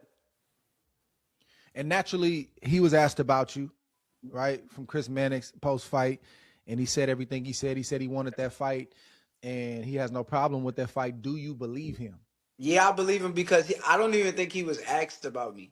I think he, you probably right though, but I think he been. I thought he was. I was trying to think about it. But I think he been saying my name the whole week. Like he kept like, I want to fight Shakur. I want to fight Shakur. He wasn't saying nobody else's name like he was saying my name. So to me, I think he's serious. I think he do want to fight, but I just think that everything got to work well in the business. Everything got to make sense. Yeah. Because before the fight, I heard them saying they'll fight me at 144, and then after the fight, I'm here at 147, and I'm not going up to 147 no time soon. 147 will like I just told you. I think that will be my last weight class that I'm in. I don't think that at 28 years old right now, I'm just going up to 147. What was the conversation? You see? And that's why I'm glad he said that, because it ain't no need to string along fights that you're not about to make. That's why I like what he said, whether people respect it or not. He was very clear. And you could look, different people feel differently. I've seen him in person multiple times, seen him right in front of me. He's not big to me. He's not a big guy. I'm not saying that just to say, I just don't think he's a big guy. I know people that have seen him in between camps, during camp, all that stuff. When you ain't got no fight lined up, coming up, he said the same thing. It's not a big dude. You get what I'm saying? He's just not a big dude. He's always said, 47 might be the last weight class. I thought the same thing, but I've said this before. You got to consider life after the one fight. Going up there right now, at most, it'll be Devin and Orion, right? That's up there, right? What you doing after that? Coming back down, right? So you got to make that move and be smart about it, because you just went up a weight class, right? Not saying you can't do it, but don't rush the process. Don't rush it. That's why I say don't over-entertain fights that you're not going to make. And I'm glad that he wasn't sitting here, oh, well, I'm going to 47 next. He said, he made it clear, look, 144, I'll fight y'all there. You get me? Dad was like, hey, I ain't with that. You get what I'm saying? Cool. I respect it. Ryan Garcia said they'd do it. His dad was with it. Then his dad walked it back. But Ryan doubled down and said, hell with that. Hell with the catch weight. I'll fight you at your weight class. So I just want to see how this unfold, how it materialize. I don't think Henry make the calls at all. I think he just giving his perspective on what he see and what he think and what he want. Can't fault him for that. But Ryan ultimately got the last say. And like Core said, he sounded like he want to fight. He's been very adamant. The fact that he ain't saying nobody else's name, he keep with the Shakur shit and then tweeting and tagging him makes me feel like he won it. This giving me similar vibes like when he fought Tank. Like he started pressing, and not that he had to press Tank, but he was very vocal and adamant about, hey, man, I want this fight. And he got it. So hopefully this is the same situation. If 40 is the destination, he don't have a problem with it. I'm not about to build the excuse in for him. He said when he's focused, he can make the weight. Shit, let's see it, bro. I just want to see fights. You get me? Core made it clear he ain't going to 47 now. That'll be his last destination. That'll be the last weight class he go to. And I could see it being that. I could see him fighting maybe a couple of fights there. In the hallways after the fight, I saw you and Bud and Ryan talking. What was that conversation like? It was cool. I was really playing little mental games with him. It was a lot. It was a lot being said, but all of it was mental games. You know, you see your future opponent or somebody that you fighting, and you size them up and see what they looking like, and that's all it really was. It wasn't nothing too major. Ryan a cool dude though. Like that's the thing. Every time I kind of been around Ryan, he always got like cool energy and cool vibes. So. Well, you got a lot of motion right now, bro. So that's why your name is coming up a lot. I mean, it was a period in time where, you know, guys were using a performance or two against you to say, "Oh, nobody want to fight him, so I don't want to fight him either." I'm not hearing that right now. I'm hearing that Shakur Stevenson name come up a lot, and it's unprovoked. You're not saying nothing to these guys. I'm just hearing your name. You know, I'll give you one example. You know, I did the interview with Bill Haney. And Bill trying to convince me that you easy work for Devin, and I think that's a good fight for both of y'all. You know, I wasn't going for that, but I understand he's supposed to feel that way. Yeah, right? For sure. What did you take from those comments from Bill Haney when he was on the Art of War? The comments that I took, I mean, it sounded good. Like, you know, he's not the one that's in the ring fighting, so he could say everything that he want to say on camera and make it look good to the fans. But at the end of the day, if we're talking about us fighting each other, it will be Devin getting in the ring. So you're going to walk me down. You're going to do all of these things. It sounds good, but once again, we ain't 8-ounce gloves and anybody can be hurt. What do you take from the sparring session that Bill kept going back to? I never watched the whole thing. I seen clips. He said that Devin walked you down. I don't even know what year that was. Like, what do you take from that sparring session back then? I know it was a long time ago. Man, it's weird because it's like I don't take nothing from it. What I take from it is like we sparred plenty of times. So like, which time are you talking about? We can't. It ain't like we didn't spar so many different times. Did you choose that sparring session specifically that you felt like you did good in? Ward be laughing because this shit, yo, Andre Ward, he ain't no instigator. He just so smooth with it, yo. It's funny because he was saying it to Bill. He ain't seen the sparring, but he know without even seeing it that shit wasn't like what Bill was saying. He like, man, easy, like easier than Loma. He like, come on, man. Come on, man. Like, damn, I get it. But that's what I said. That's why I like Ward, because he a level-headed guy. Even though he don't see it that way, he's still able to identify and recognize the fact that Bill is supposed to feel that way and say that shit. Same, much like what Shakur is saying. He's supposed to say it, but I don't believe that damn shit. That made you get confidence or something? Like, I just don't understand it. So, honestly, from what I took with the sparring and every session that I had with him, I always felt like I was the better fighter. I never felt like he was a better fighter than me or did anything better than me. The only thing that he ever had over me when we sparred was size. But him being the younger fighter, I was always ahead. Like I was always like the big brother that was ahead of him mentally. What is the fight that you think in your gut, if you had to choose right now, is more realistic, or the fight you think may get done? A Ryan Garcia fight or a Devin Haney fight? Both of those fighters are heavier than you, so there's gonna have to be some concessions with the weight. Honestly, I don't see neither happening at 147 pounds unless it's under the rehydration rules that I said. So, if not, I don't see that happening right now. Now, in the future, as I grow more and get more settled, maybe so. But as of right now, I don't see it happening at that weight class. Now, Ryan Garcia, he said 144. If he's willing to do that, I'm willing to make the fight happen. But Ryan sounds more realistic because he's being he's ready to move around. Yeah, and look, I respect it. I just don't think now is the time for him to be at 47. I get it. Those fights are there and they're great fights to make, but you do have to be smart about it. You did just get the 140. It is a lot of smoke there, potentially. It's a lot of great fights there. Stick around for a minute. You know what I mean? They stripped you at 35. If you can't get a big or meaningful fight down there, stick around at 40 and make a big or meaningful fight right there. You know what I mean? Take your time, and when the time right, you know what I mean? You'll know when to pull the trigger on them fights. I do think those dudes would be at 47 for a little bit. How long? Who knows? But you can't, you know, if you know Corey ain't basing his career off no one fight anyway. So you got to do what makes the most sense for you to get to that light at the end of the tunnel when it's all said and done. So I mean, move accordingly. Would I want to see it now? Would I be against seeing it now? Nope. I'd love to see it if he'd do it. But like something tells me like the way, if it wasn't the fact that you just moved up, right? If it was somewhere where you was at for a while, then I can see it, right? But until you get some more fights at 40, I don't see you going up to 47 just yet.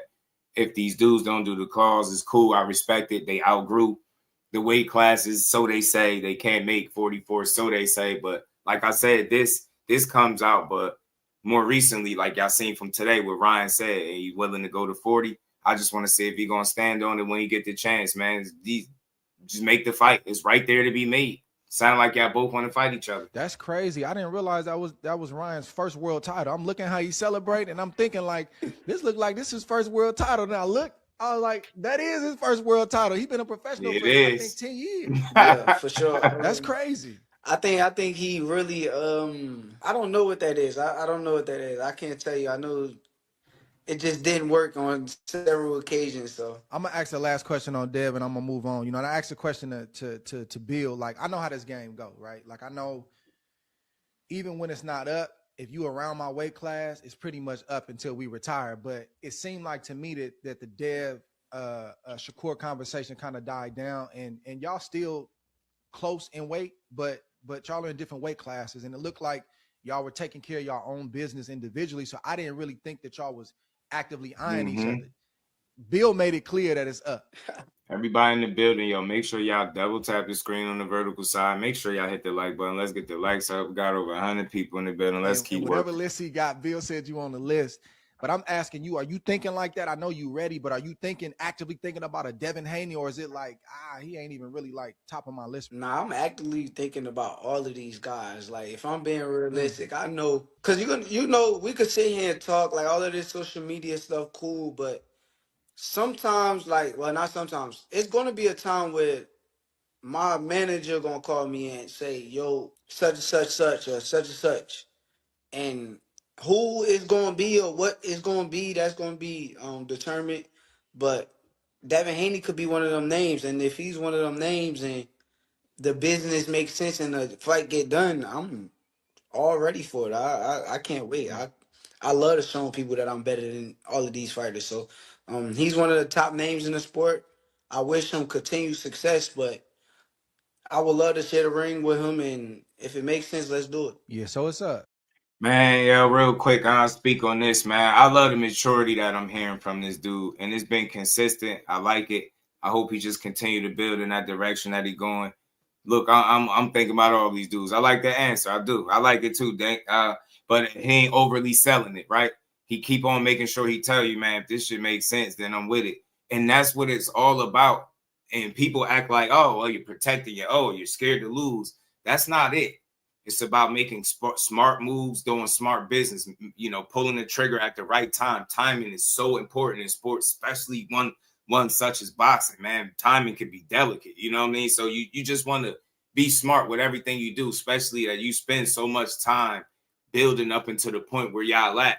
Respectfully, you gonna make sure every move you make is with your T's crossed and your I's dotted, right? You're not about to play no games. You gonna make this shit all make sense. You're going to make sure the business makes sense for yourself and everything. And the higher you keep elevating, right, you got to make sure all the business is in order. It got to make sense on both sides. Both fighters got to be treated accordingly, fairly. And then guys will make fights. It's just that simple, bro. But fans just be thinking guys are supposed to not negotiate what they feel like they worth or not try to get treated accordingly just to give you a fight. Nah, man, let them negotiate, hash out their business, let them get their money together. Because that's really the money rules. Let them get their paper together, get them a venue, let the network sign off on it, give us a good fight, man. And we see who the best is. So this fight is something that I'm truly interested in. Like I said, I like the maturity that he's showing and that he been displaying. Look, I want to fight guys, but I ain't got to oversell it. Yeah, Ryan got talent. Look, I'll fight him here. He's saying he'll do this. I'm with that. If not, then I'm not going to 47 right now. So just kill it. It's nothing to say. It's nothing to overanalyze. He's very direct with what he's saying. And if y'all not willing to do that, then cool. He gonna go find another fight for himself. It's that simple. That simple. Just move. Keep moving. Keep moving. It's up. But it's up in a good way. Like I like where the young life is, man, right now, where it's like we don't have to hate each other, But if you want to do some business, we could do some business, you know, and we're going to put on a great fight, and then we're going to go back to taking care of our family. Nah, that's what I'm saying. I'm saying, like, people act like we gotta like act like clowns and like all of that kind of stuff. Or like you gotta hate each other or feel me? something. Like, Yeah, and yeah. I'm not like me personally. I'm not into that. I just seen that I could put so many fans in the arena without even having to act like a clown or talk clownish or do the clown activity. So if I could do that on my side of town, it's like I understand my value and it ain't just acting like a clown on the internet. Man, take me. Man, that's some real right there, man. Well said, Shakur.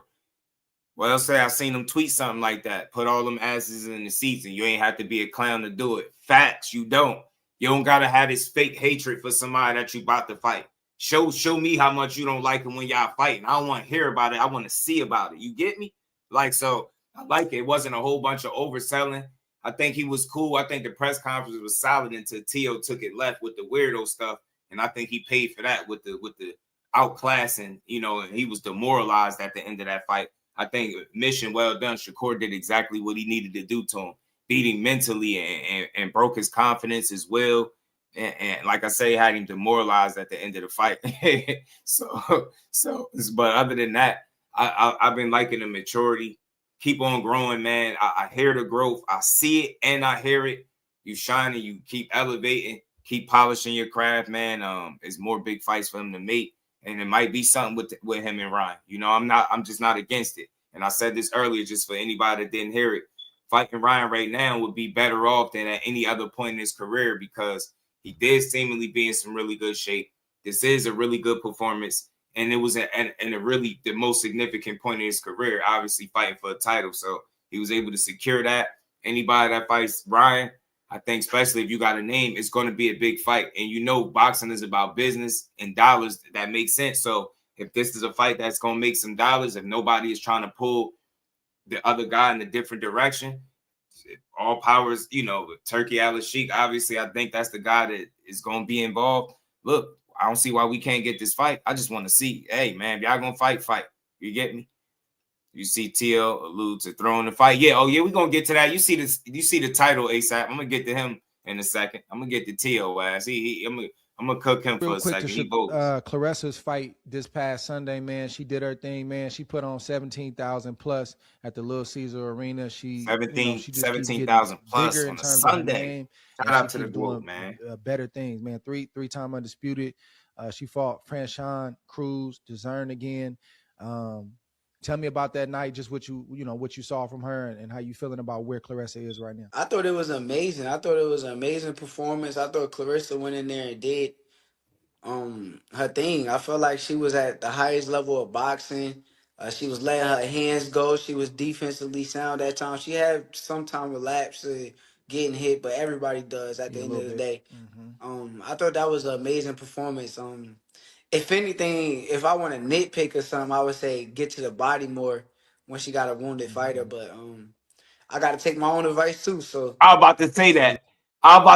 You take your own advice, bro. You talking about? I swear, I was just about to say that. I'm about to pause it and say it, bro. Look, you talking about going to the body more, bro. You too. Talk about going to the body more. We seen you leave some meat on the bone with TL. You could have went to that body more for sure. That fight, Artem. You got a couple fights, Corey, but he right. He caught it fast. He knew, because I swear I was about to say it, bro. That's what it is with them. They be so good. You do have to nitpick because they can get better. They're not perfect. And, you know, you've seen it. Like when he got to go get you, you've seen inconsistencies in that approach because I don't think stylistically that's something that he's as accustomed to doing as opposed to getting away from guys and allowing them to come to him. You get what I'm saying? That's just me being a fair critic of his. That's my guy. But coming forward, not saying he can't do it. He obviously can do it. But that's still an area where he needs work. Finishing guys, still an area where he needs work because his natural temperament is defense first. And I think, you know, it's hard to go outside of that. So I think it's an area where he got to continue to just work if he want to be better in that specific area coming forward. Making sure you closing the gap the right way, cutting off the ring, going to the body. You get what I'm saying? And when you got a wounded guy, finishing the guy too. So I'm glad he spoke about this. I'm glad he said what he just said there. Take your own advice, G. You know what I mean? Out here talking about the group. But nah, man, to bring 17K plus on a Sunday after a title fight with Ryan and Barrios was dope as hell, man. Clarissa really is it. And it's just good to see boxing shining. And that's why I say real quick, and we're going to get back to this and keep it cooking. People keep talking about boxing is dead right now. Boxing is dying. Y'all sound stupid. This is the worst time to try to make that argument. You seeing sellout arenas. You seeing guys that people say couldn't sell tickets. We know Tio not a big ticket seller. Core, different story, but we heard the narrative. You put them two together, that shit worked out. Yeah, they had sellout numbers. You get what I'm saying? You see Ryan and Barrios, it looked like it was a zoo out there. It looked packed. You get what I'm saying? Same thing with Clarissa, back to back, packed. And boxing ain't going nowhere. Conor Ben, Chris Eubank fought over there back to back. What it was over 50K in the bit? That's ridiculous, bro. Boxing ain't dying nowhere. People just ain't watching it the right way because they don't like it. So it's easy to see an event or just type that shit, but really do your homework. Boxing is winning, and I'm telling you, what we're getting as far as these turnouts and these events is because they're giving us shit that we can get behind. They're giving us stuff that's worth our money. And as a result, people are willing to pay for it. Simple. We got way too much talent in boxing to have bad cards or, you get what I'm saying, top heavy events. Nah, man, we got this. Give us the main event, a co-main, several undercard fights. Do that shit the right way. Get back to making complete boxing cards and not just a good fight at the main event. We don't need that. And that's what we got January 31st. That's what you got with Ryan and Barrios. You know, Clarissa just had a good card, and that's on a Sunday, and she pulled them kind of numbers, man. That shit is really dope to see, man. Shit is really dope to see. She had some time relapse getting hit, but everybody does at the end of the day. I thought that was an amazing performance. Hold on. That's the too fast. My bad. They ain't just acting like a clown on the internet. Man, take me real quick to Clarissa's fight this past Sunday, man. She did her thing, man. She put on 17,000 plus at the Little Caesar Arena. She just keeps getting bigger in terms of her name, and she keeps doing better things, man. Three-time undisputed. She fought Franchon Cruz, Dezern again. Tell me about that night, just what you saw from her and how you feeling about where Clarissa is right now. I thought it was amazing. I thought it was an amazing performance. I thought Clarissa went in there and did her thing. I felt like she was at the highest level of boxing. She was letting her hands go. She was defensively sound at times. She had some time relapse getting hit, but everybody does at the end of the day. I thought that was an amazing performance. If anything, if I want to nitpick or something, I would say get to the body more when she got a wounded fighter. But I got to take my own advice too. So, Clarissa, the truth though, I've been telling people don't understand. I think that's the greatest female fighter to ever do it with no question.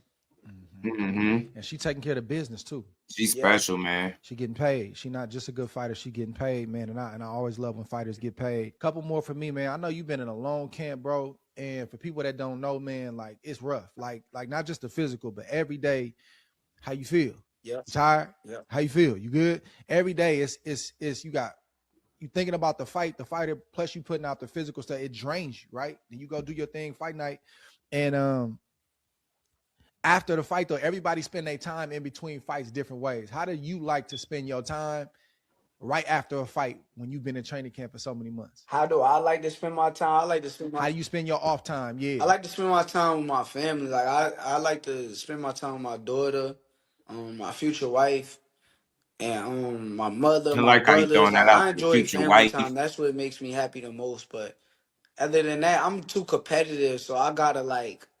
Compete at something. Like I gotta play a game. I gotta play pickleball. I gotta play basketball. I gotta do something that keeps my competitive drive going. So that's really what I do on a daily basis. But I'm not like all these other fighters. Like I'm not just trying to go out and party. Like you may see me at the club every now and then, but you ain't gonna see me there every week. You ain't gonna see me there. Man, I be so locked in. I be watching tapes all day. Like I enjoy watching boxing still. Like even after the fight, I'm still watching. I went back and watched Ryan Garcia fight yesterday. I went back and watched Gary Russell fight yesterday. Like that's the type of stuff that I do on my off time. So, yeah. Man, your last fight, bro. This is the last one with Teofimo. What is your takeaway on your performance, good, bad, whatever your improvements you need to make. What's your takeaway being a month out from that fight? I thought that was a tremendous fight. You know, a lot of people nitpick and say, I only used one hand.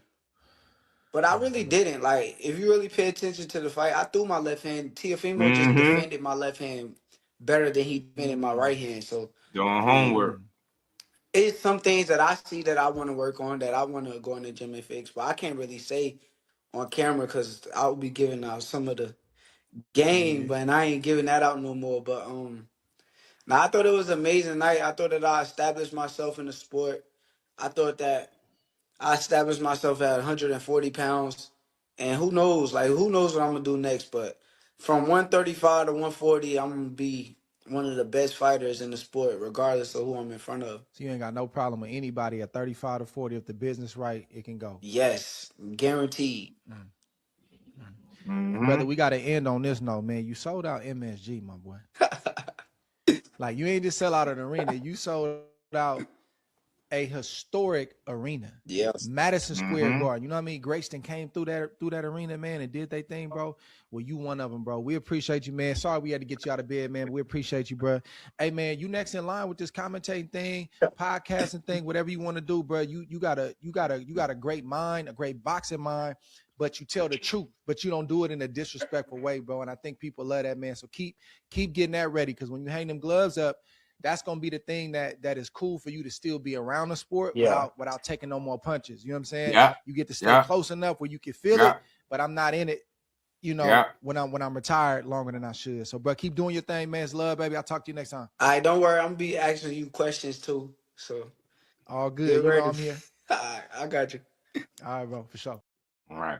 Shout out to Ward, man. SOG. He still had more of the show, but I just wanted to play that portion of it because we was talking about the fight between him and Ryan. And look, like I said, it's a good fight. I think it could be made. The business is right for both guys. You can make it. It's a good one. But if not, it ain't the end of the world. Ryan can go on to do things at 47. He has options. He got a title. He got a name. He got a following. He can sell some tickets. People gonna want to fight him. He got a piece of hardware now. Now people should really want to fight him. So, like he said, but from 135 to 140, look, the business is right. He's willing to fight all those guys. You heard him saying he's watching Gary Russell fight again recently. And Jordan, you already know he be doing that scouting. Core versus Foster. Cole Parker, look, I ain't mad at it. I just wish Foster would have stayed at 35. It would make it easier to talk about the fight. But going back down to 30, now you got to rely on, right? Like, it seemed like it killed the luster that it would have had. It would have been easier to do with you sitting in the weight class right there for him, man. And you just never know if him and Ryan actually come to fruition or not. And if you Shakur, you need names, quality names. You need good guys. I mean, look, it's a fair amount of people that feel like Foster can give him the work and or beat him. I'm not against seeing none of these fights, but again, with him being at 130, looking to potentially unify down there, I don't think his plans are at 35 and 40, respectfully. And I think going back down there instead of electing to keep the belt, the interim title belt at 35, it kind of told me, maybe your preference, maybe what you rather do. I'm not saying you were supposed to sit there and wait, but it made more sense for you to try to compete at 135 pounds versus going back to 130 and then being like, oh, he ducking me. Because there's zero logic in that. There's absolute zero logic in that. And that's what people have been pushing. You ducking the guy that from right now where they're sitting at, one guy's at 30, one guy's at 40, 2 weight classes apart. And it's like, you get me, but people like, Shakur is ducking him. That's why he moved up. And then it's silly. So I would like to see the fight. I would support it. I like Shaq as a fighter. I rock with him. He's adamant about wanting it. He's had success, in sparring, right? He's told the stories. He want to prove and show people that Shakur is not as good as what people say he is. And I'm not against seeing that. If that's what he want to prove, look, let's see it, But like I said, I think him being at 30 complicates things, right? Because it's more hurdles and barriers to get through. Now you got to worry about, you get what I'm saying, where you fit in at 35. So I don't know, you know what I mean? But I think if you core, you keep all options available. You know what I'm saying? If you can't make the Ryan fight, you look to make a fight maybe at 40 or one of them other guys. You know what I mean? I don't know. I don't know where. I truthfully don't know who he gonna fight next. So I'm gonna just sit back and enjoy it. So as they talk about it, as they put out these ideas, we'll talk about them. The latest one was him and Ryan saying after catch weight, he'll go to 140. Let's see. Simple. But we're gonna keep rolling. I got 2 more clips. I'm gonna play one from Regis and one from Greg GHB, and then we're gonna get to Teo, man. We're gonna get to Teo talking about the fight was designed that way, whatever he said, bro. And y'all know Teo announced his move to 47 as well. So we're gonna get to that though. We're gonna get to it. Hold on, my God, just send me real quick. Damn, Ryan. Okay. All right, he doubling down. Okay, good. That's cool. He doubling down, is he? Okay. All right. Okay. Oh, okay, King Rye. Okay. Yeah, and I think if he goes here, so look, this is the most recent update. Shout out to my homie Jordan for sending this to me. We're gonna get this right on up, man. Right on time, because I was about to Regis joint, but I got you. Let me get this. Apple Pie Ride, man. Apple Pie Ride said he with it. He want to fight. Okay, I like this talk, bro. I just hope we can see the fight. His dad, I think he need to get his dad on the same accord too. That'd be nice. So his dad can stop getting up on the internet saying like he don't want to fight. I mean, or like he trying to do something else besides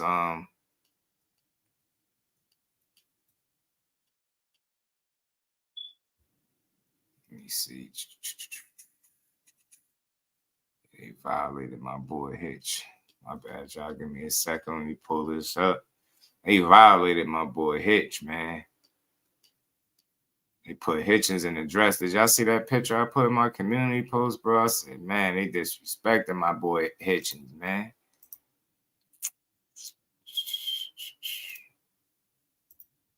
All right, let me get this up, y'all. King Rye. I like it, man. I like it. I like how he talking, man. That's it. Gotta respect it. He being brave as long as he stand on it. I don't see why it can't happen. I hope if court responds, should send it right on to me.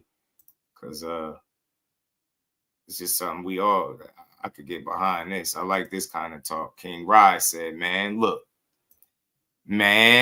this is to all y'all worried about him making 140. He said, to those that are worried about me at the 140-pound weight, so I will tell you this. It was my plan to be able to also win at 140. As long as there are no rehydration calls, things will be going forward. Testing always included.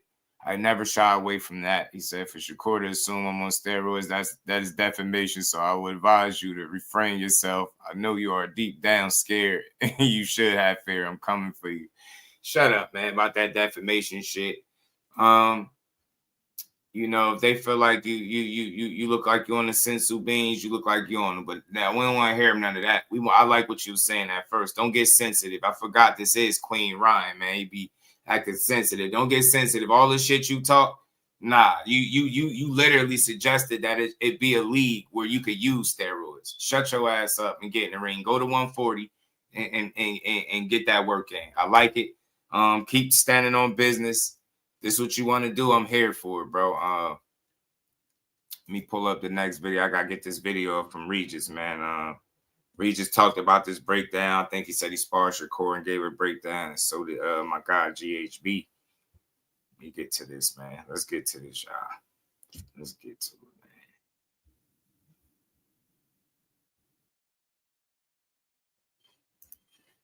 it, man. Make weight versus Hank. Now you're gonna make it for a potential harder fight. And Shakur, and we gonna let him Dank. We gotta will it. He can make the weight, Dank. That's what he said. As long as I'm focused, I can do anything. Okay. We love it. You know what I'm saying, Dank? We love it. Go on ahead then with your bad self. You get me saying? King Bra. Go on ahead, King. All right, Hans Timmerstow here, my guy, Regis Progray. How you feeling today, man? Regis, y'all. By the I'm way, all shout good, out to brother. Just leaving the YSM. gym and shit, just chilling. Before we talk about all the events that happened this past weekend, would you be keeping an eye on the Barboza versus Can Kenneth Sims fight? I mean, I know they are fighting at 147, but they were just at 140. Like, are you keeping a little bit of an eye on that, or not really? I mean, if Barboza win, obviously, because I was so me and Kenny, we friends, we gym mates, we stable mates, we be in the gym together and stuff like that. So obviously, I won't fight no Kenny or whatever. But Barboza, yeah, I was so really, bro. I was supposed to fight Barboza. That was supposed to be my fight, but I never got the contract. Literally, I never got the contract. Nobody told me nothing.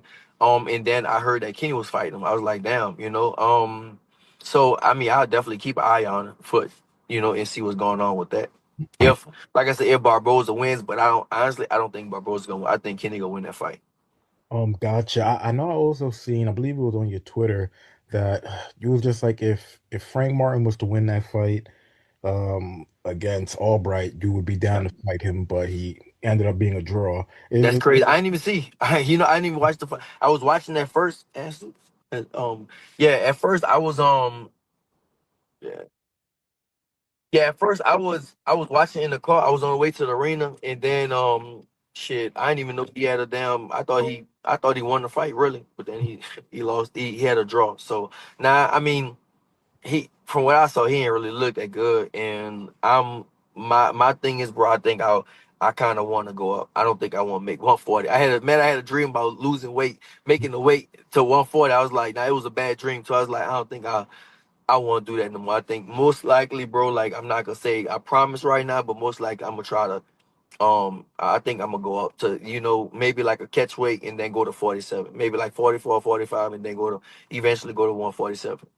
What's the so like what would you say the percentage is that you are, or what do you say the likelihood that you're done with 140? Would you say it's like 8 out of 10, 9 out of 10? Obviously if you was to get like a title fight at 140, then yeah. If I get a big tie, it for me, bro, it's all about, the belts and the money and stuff like that. So if I get a big opportunity at 140, it's like, maybe something that you have to do, but I just don't feel like I don't want to make 140 no more, bro. It's like, I did it. I've been a champion twice already. Especially for me, definitely one fight I would definitely not take is the IBF. You know what I'm saying? Because you gotta do double weigh in. That's something I definitely want to do. But yeah, I just feel like 140 is kind of past. I wanna. Regis like, hell nah, man. Can't make no 140 no more, bro. And don't ask me neither.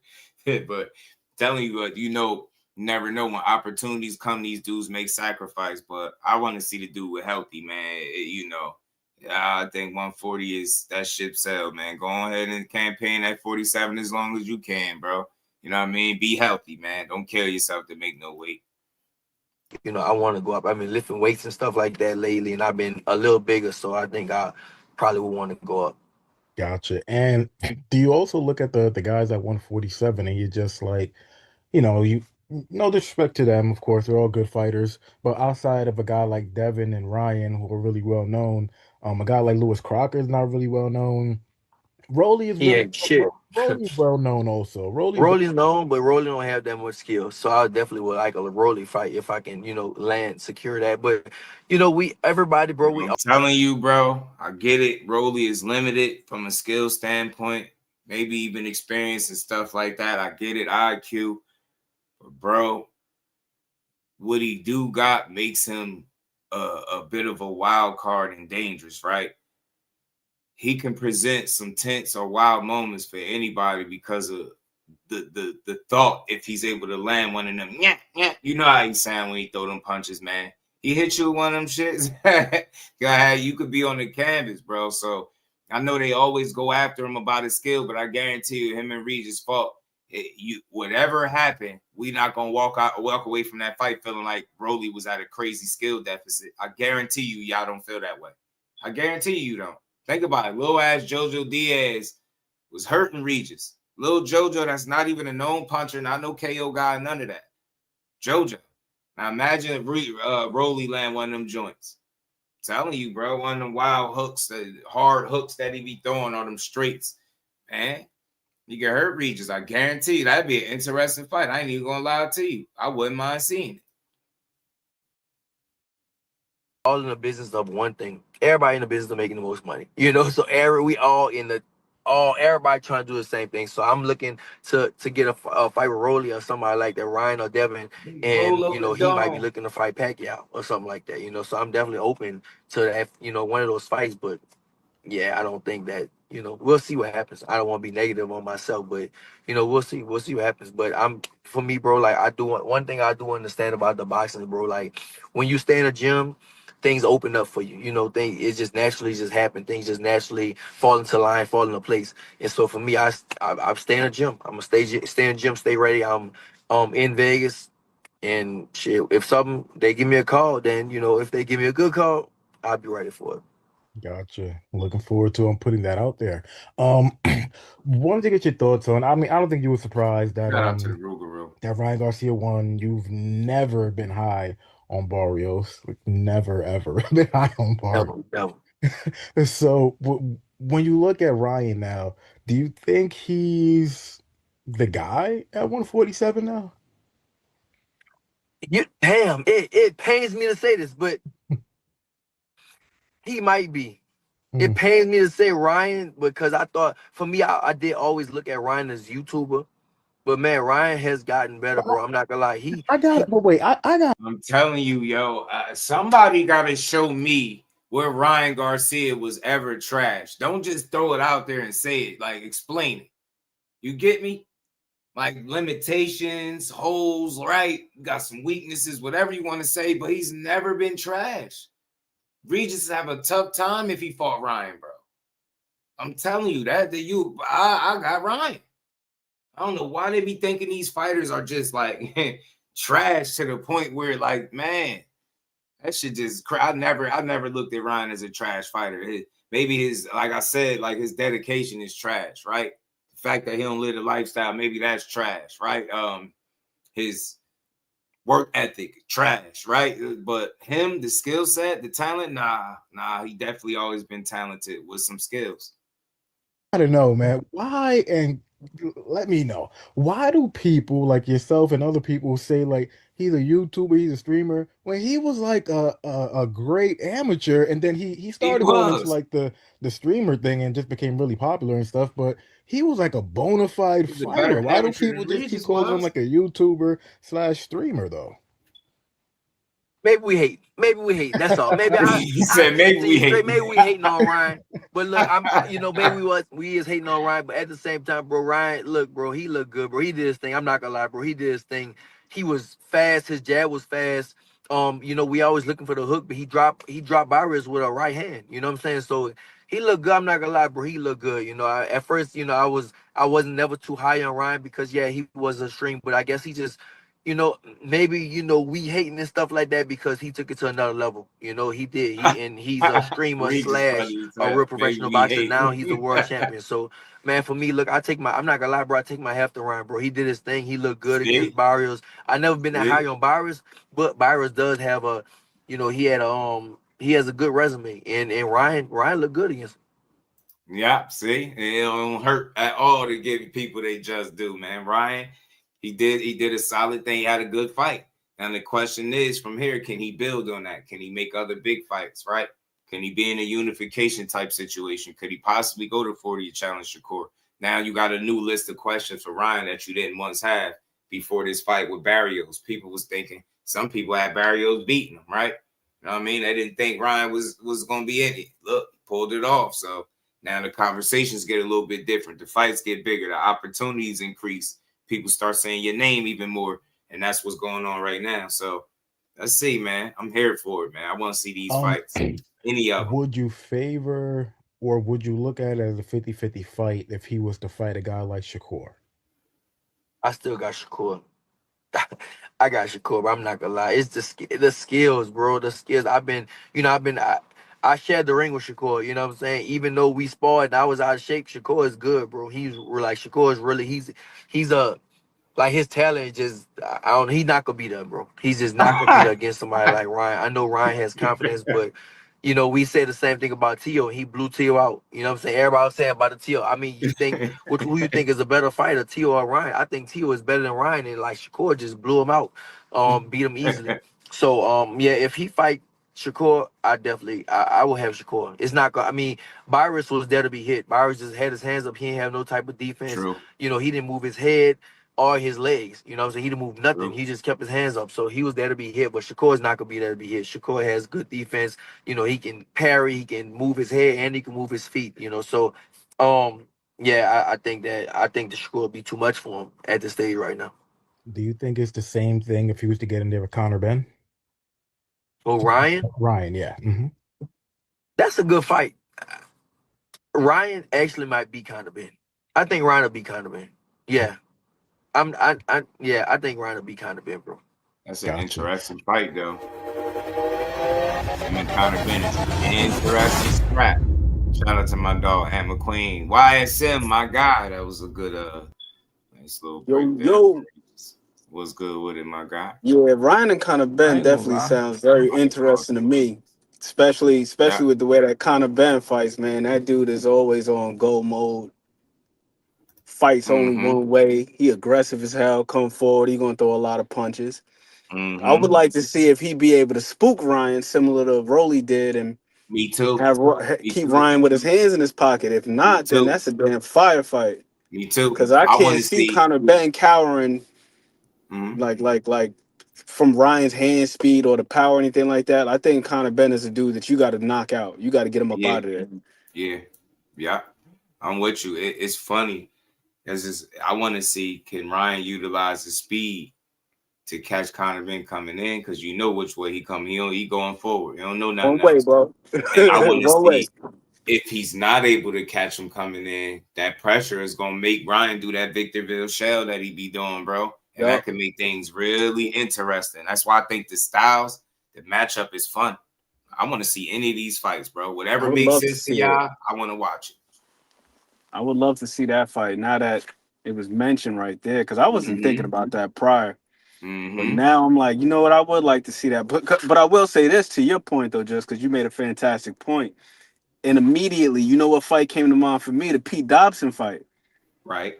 Remember, in the Pete Dobson fight, Conor Ben couldn't get his shit off the way he wanted to against Pete. Nope. Now, Pete didn't have the offensive output. He didn't have the firepower to like really put a dent in Conor Ben physically.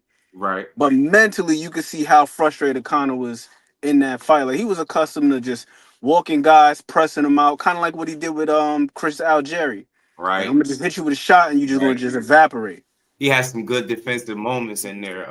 Pete Dobson did. Yeah, he did throughout the fight, bro. To avoid getting like just blasted with. He avoided some of Conor Ben's best shots, and he got hit with some pretty good ones. But I think he did a sound job for somebody that lost. Like, I just felt like his offense just wasn't up to par to be able to compete and make a case to win rounds. But from a defensive standpoint, I thought he did relatively solid. I thought he did a really good job, bro. I thought he did a really good job, and he kind of reduced Conor Ben in a way. He made his offense very, very predictable. Conor kept trying to line him. Conor had success with that. He threw like a double jab right hand. He had success with that.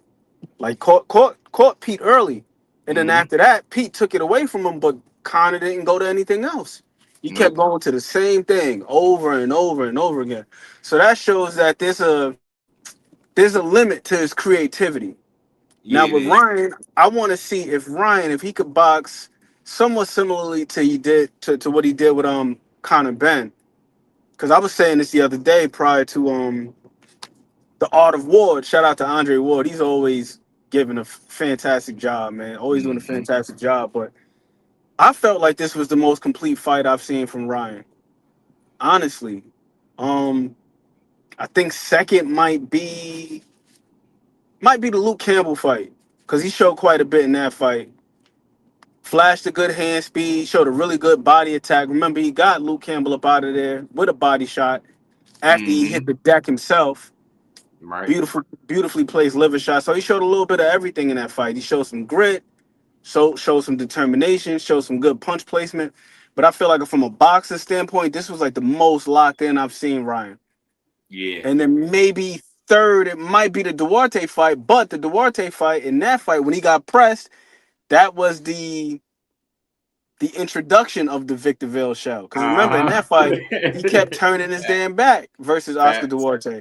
He could not deal with the pressure. And then he kind of got bailed out in that fight that Duarte got over aggressive and he was able to hit Duarte with a temple shot and took his legs. But prior to that moment, he was kind of getting pressed out. He was. And he kept turning his back.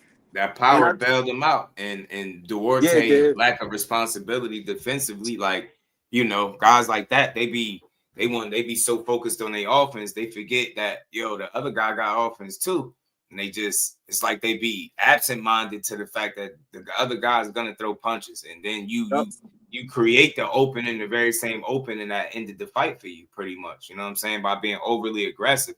That's why I love people that fight hard, but I love calculated killers, right? Effective aggression, not just I'm just gonna probably get it, but it be leaving holes in it, because you can't, you get what I'm saying? You can't expend that kind of energy without gassing to a degree, right? So you want to do it intelligently. So when you are in there, when you are pressing, you put yourself in good positions rather than bad positions. You get what I'm saying? Because you're gassing and just being overly trying to press. Like, I hate to see that. Then and sometimes it's not even just the gassing, man. It's just, here's the reality of the situation, bro. Your hands can't be at two places at one time. So if you throwing punches, guess what? That means you're available for punches too. And if you're in range, so it's like you got to be able to pick your spots. Like, I love when Andre Ward would talk about Virgil Hunter, and he was saying how Virgil said that he's not a combination puncher, he's a pick'em fighter. Meaning, like, he's gonna pick his spots. He's gonna hit you with 3 shots, bing, bing, bing, and then he's gonna walk off. Then bing, bing, and they go. Guys like Duarte don't do that. It's just the moment they on you is just all gas, no breaks, and they live by this it's him or me type of mindset. And more often than not, that's how they fights play out. Like, you seen him when he pressed out what's my man's name, D'Angelo Keys. He just did it with Miguel Medueno, pressed him out. Right, yeah, he did. Got him up out of there. Yeah, he did. But then you see when he tried to press against Ryan, he was throwing punches and end up walking into something. Because guys like that, it's like you said, man, you stated it beautifully. It's like, it's almost like they're oblivious to the fact that what they do to other people can happen to them. Exactly. You feel what I'm saying? Like, I don't know if I worded that correctly, but yeah, you did. Yeah, you can touch the other guy, but you can be touched. Like, you're not invincible. It's like, bro, you do know he got pair of gloves on, pair of 8s on too, right? You do know he trying to win this fight too, right? Like, they just don't be so blinded by what you doing that you forget to be responsible on that defensive end. Like, getting caught with the shots you don't see, it'd be the quickest way to end the fight, bro. And we know that. We've seen it time and time again. I'm gonna talk a little bit about the Duarte, not really so much him, but the situation, because they've been on Hitch's helmet, and I get it, but man, they going too crazy. They going too. I understand though. I get the criticism, but it's like, I don't think it's a matter of being scared, man. People like, how you fake being sick, man. You gotta think, bro. Like, these dudes ain't got the luxury to be playing when it's time to get paid, man. Like, you get me? Like, you get to the point where you start making this money, you ain't. Well, what was that gentleman's name? The one that walked out the ring, like, soon as the bell rang, when he was facing FA. Yeah, Curtis Harper. So I think there are them situations like that. And me personally, I don't hold it against these guys, because these dudes are human beings. Yeah, he said something about the money wasn't right. But like, most people, it just looked like you were scared of the dude, because that was FA he walked out with, I think, right? And most people was like, oh, no, he was scared to get knocked out. He was like, nah, it was something with the money, but it was like, why wait all the way up until then to do until that? Then, right? You know what I'm saying? And then realistically, and this is no disrespect to Curtis Harper, but what are you expecting to make? Effie Ajagba is not Tyson Fury, Alexander Usyk, or one of these marquee names. Right. So if he's making more than you, and you ain't even Effie Ajagba, what did you really expect to get? Yeah, because we've seen them multiple times since then, and I'm pretty sure they ain't break the bank to get you in there. Hell pretty no. Sure. So, but I do think that fighters at times, they experience trepidation, or they have nerves, or they experience some type of fright. I don't think that these guys, just because they punch each other in the face for a living, that they don't have those moments where they're just a tad bit concerned. And I don't hold it against them because they're human beings when it's all said and done. We act like it's like you just super soldiers. Go in there, forget it Yo, all. bro, Bet on yourself. when I've listened to interviews with people like George Foreman, and George Foreman's like big fearsome guy, and he talked about being afraid in fights. Talk about walking up the 3 steps like, yo, it's like nerve-wracking shit. You don't know what the hell can happen to you. You know, you train for certain things, but you don't know what can happen. And that's a very scary proposition, man. The uncertainty of getting in the fear of the ring. unexpected. You don't know what. Yeah, bro.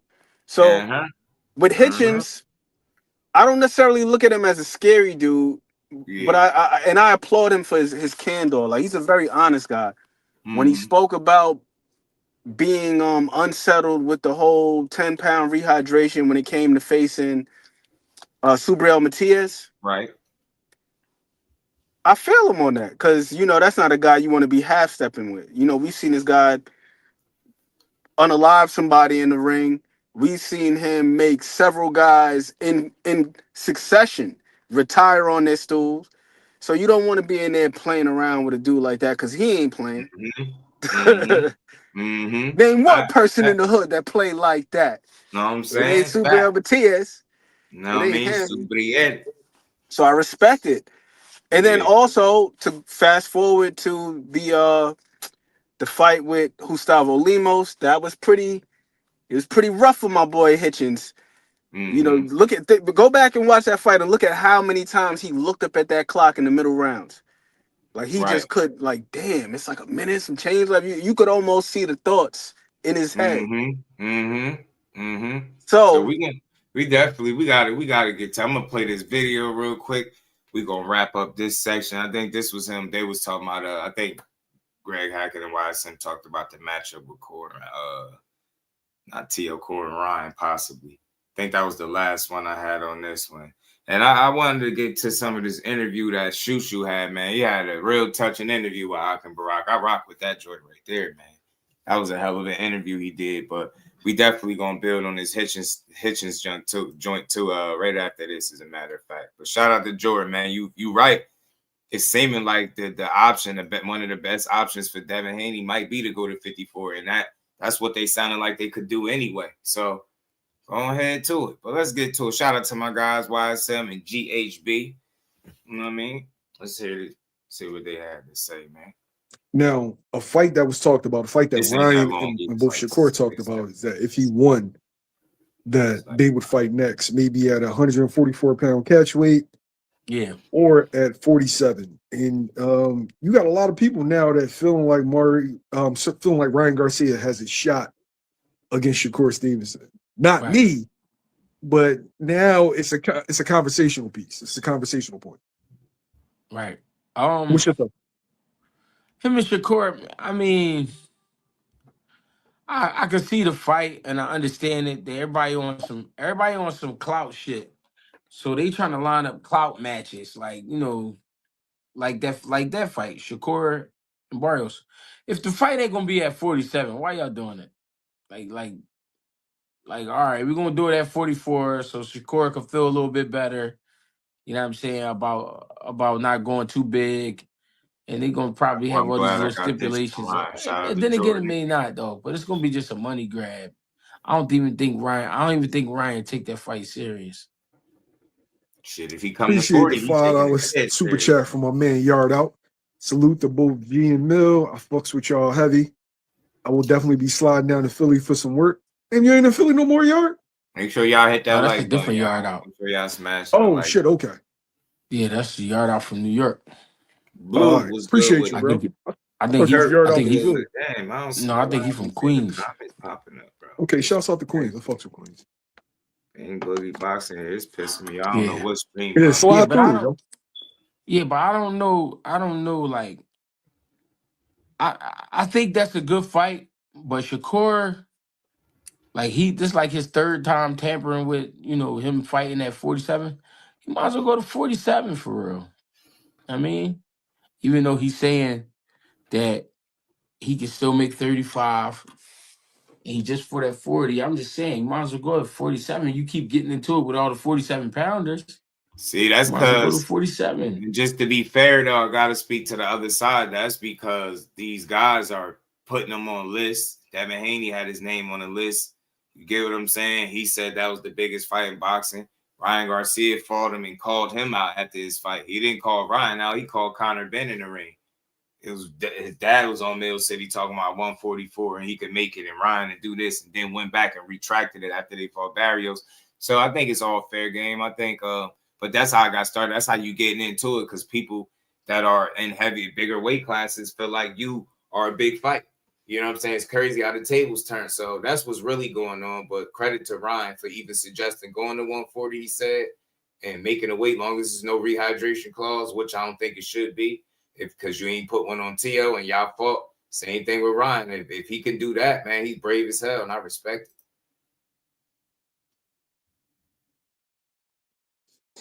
It's looking like that. 47 looked like 35 of 3 years ago. Right. You got Dev, you got Ruley, you got Ryan, and then you got, Dalton Smith out of the UK. But you got Keyshawn ready to move up. You got Shakur contemplating, and so on and so forth. You say you think 35. And you kind of predicted this year's back. You felt like everybody would end up at 47. And then that's when everybody would start mixing. For sure. Stylistically. 47. Say it again. What'd you say? Go ahead, Jay. No, I was saying 47 is that mark, though, like where if you too big for the little guys but too small for the big guys, it's 47. So that's like where everybody is. It's gonna get crazy there. And I feel like Africa getting forced up there because he can't make 40 healthy. I mean, he could make it, but then he throwing up after the shit. So it's like, come on, bro. Stylistically, what is Shakur versus Ryan? What does that look like? Stylistically, I mean, from what we just saw the other night, Ryan really working behind his jab, that fast twitch, the rhythm, him using his footwork, making Shakur have to go get him at times. And then it's going to be times where he going to go get Shakur. I see it being a good-ass fight, though. It'll be a good fight. It's just, do we really get that fight at 44 and then what the stipulations going to be like and all of that. And this is assuming that I know GHB ain't see Ryan tweets talking about being willing to go to 40. I'm pretty sure he go live at some point here. They'll know about it. He'll cover it. So just consider that for anybody. That's why I got that tweet up there from Ryan. That was the latest one, and he doubled down. So look, he sounded like he willing to do it. He said his plan was always to win at 140. So okay, he's saying it. Nobody forcing it. None of that. So if y'all thought 44 was bad, he suggested 40. You see, and he doubled down and say he could make it as long as he put his mind to it. Or when he's focused, he can do anything. So hey, let's see. I think that's a good fight if they make it happen. I think so. Ryan too, got speed, power. Shakur got speed, intelligence, IQ. You know what I'm saying?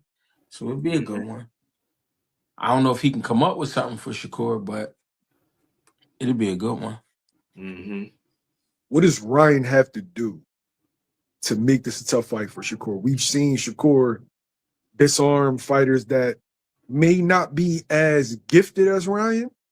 Yeah. Or are more skilled than Ryan. Yeah. I mean, for me, I think whoever takes the chance and say fuck it and go out there and fight, let your hands go, get inside, move your head, go to the body, work behind your jab, walks away with the victory. You gotta rough Shakur up. You can't let Shakur just be comfortable. You let him be comfortable, bro. He just start doing what he want, bro. He start having a good time in there. You can't let him do that. Even if you not, he was having a good time in there. all the way inside, you gotta be putting on the kind of pressure that's making him think like, oh, he might get ready to swing. He might be ready to do this, or I don't want to get hit with that. You know what I mean? So you gotta really go in there and try to get Shakur out of there. You gotta be willing to lose an eye to gain a win. You know what I mean? Fucking with Shakur. I like that. Yo, you're right about the comfortable thing because Like it seemed like he was comfortable after the second round against Teo. But once he get comfortable, bro, he talking to Bud about getting on the party and playing 2K later. He telling his baby mom what kind of platter he want when he get home. Right. That's what I'm saying, bro. You got to keep him out of that zone. That's a fact. As long as he get in that zone, it's over. Fact, bro. That's a fact. That is a fact, man. Shout out to my dog. What does Shakur have to do to defeat Ryan? I think take a page out of Tank book, boxing a little bit, go to that body. And at the end of the combinations, you know what I mean, just at the end of the combinations, get back to your jab or double your shots, because Ryan gonna be right there. You know what I mean, for when you done punching. I don't know. Shakur just a better fighter all the way around, without the power and all of that. He's just a better boxer. Jay, I'm gonna keep it. Shout out to Sunshine. Appreciate the love, man. Putting some color in the chat. Shout out to my guy, man.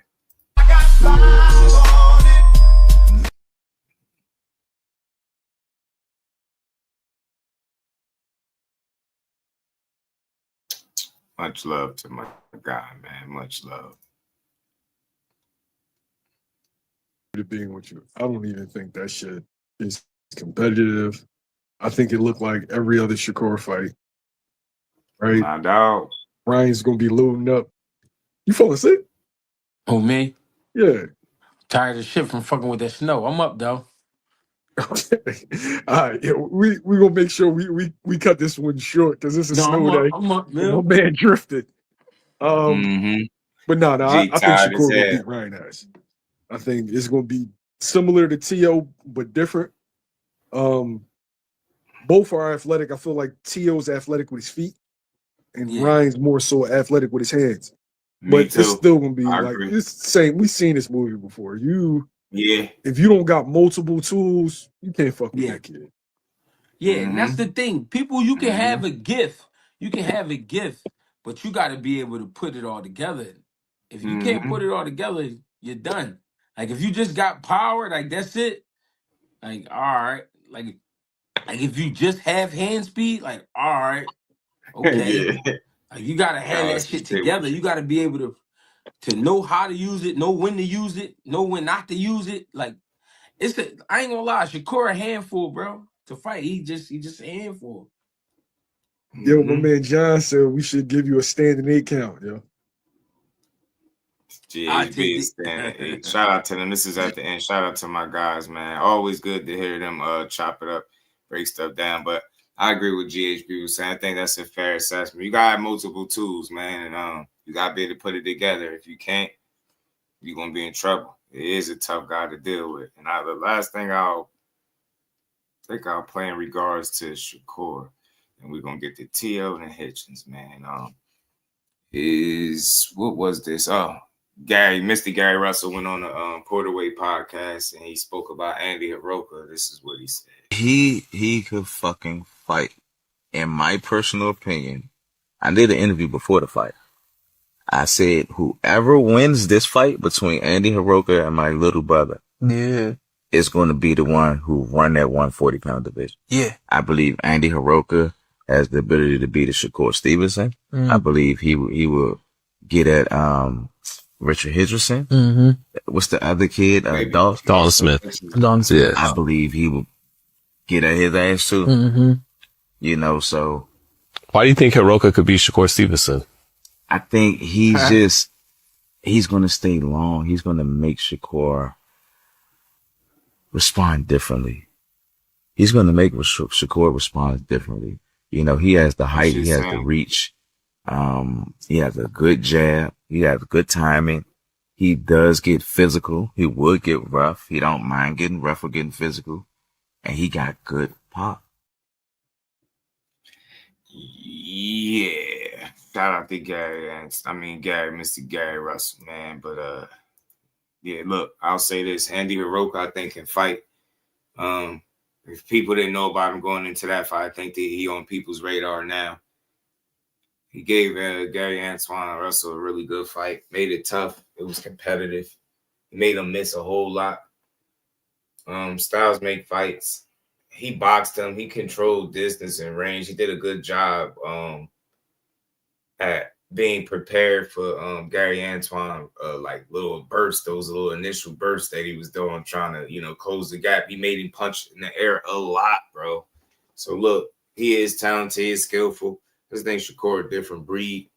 Yeah, he's long. He got some pop, obviously, but show me. I don't want to give Core wins either, man. I just think I agree with him. He'll give guys good fights, tough fights, but he's saying the winner out of that fight, he said beforehand, would run 140. We'll see. It seems like Shakur possibly be around at 140. He ain't going to 47. The opportunity come with him and Ryan at 40. There you go. Or maybe something better at 35. There you go. So we'll see. But I would like to see Gary Antoine Russell and Shakur at 140. I mean, he there, so why not? I wouldn't mind seeing it at all. But let's keep rolling, y'all. I got to talk about Teo for a second, y'all. Got to. And McQueen, I don't know if you heard this, but I ain't mad at this. I ain't surprised by this part. Two little short clips, man, from Teo talking about his situation. And I'm going to get to it, man.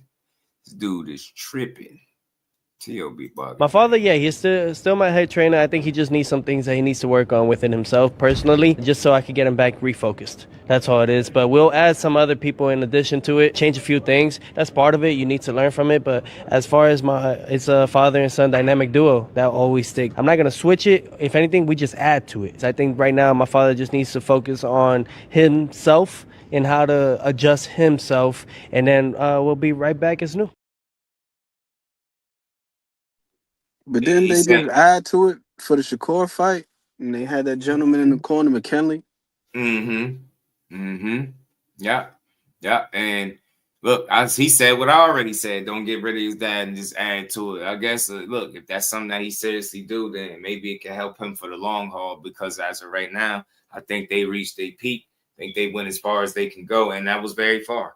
And there's no shame in how far his dad went, but I think the fact that he was battling the issues that he was battling too, and it started to become more and more obvious for people if you know what you're looking at. And that's the unfortunate part. That's what Teo talking about, getting himself back right. Basically, man, you in the public eye, tighten up, yo. You got to get yourself back together. You know what I'm saying? And he's saying it without trying to say too much. And I'm just not a fan of kicking nobody down and struggling, going through anything. Look, he love his son.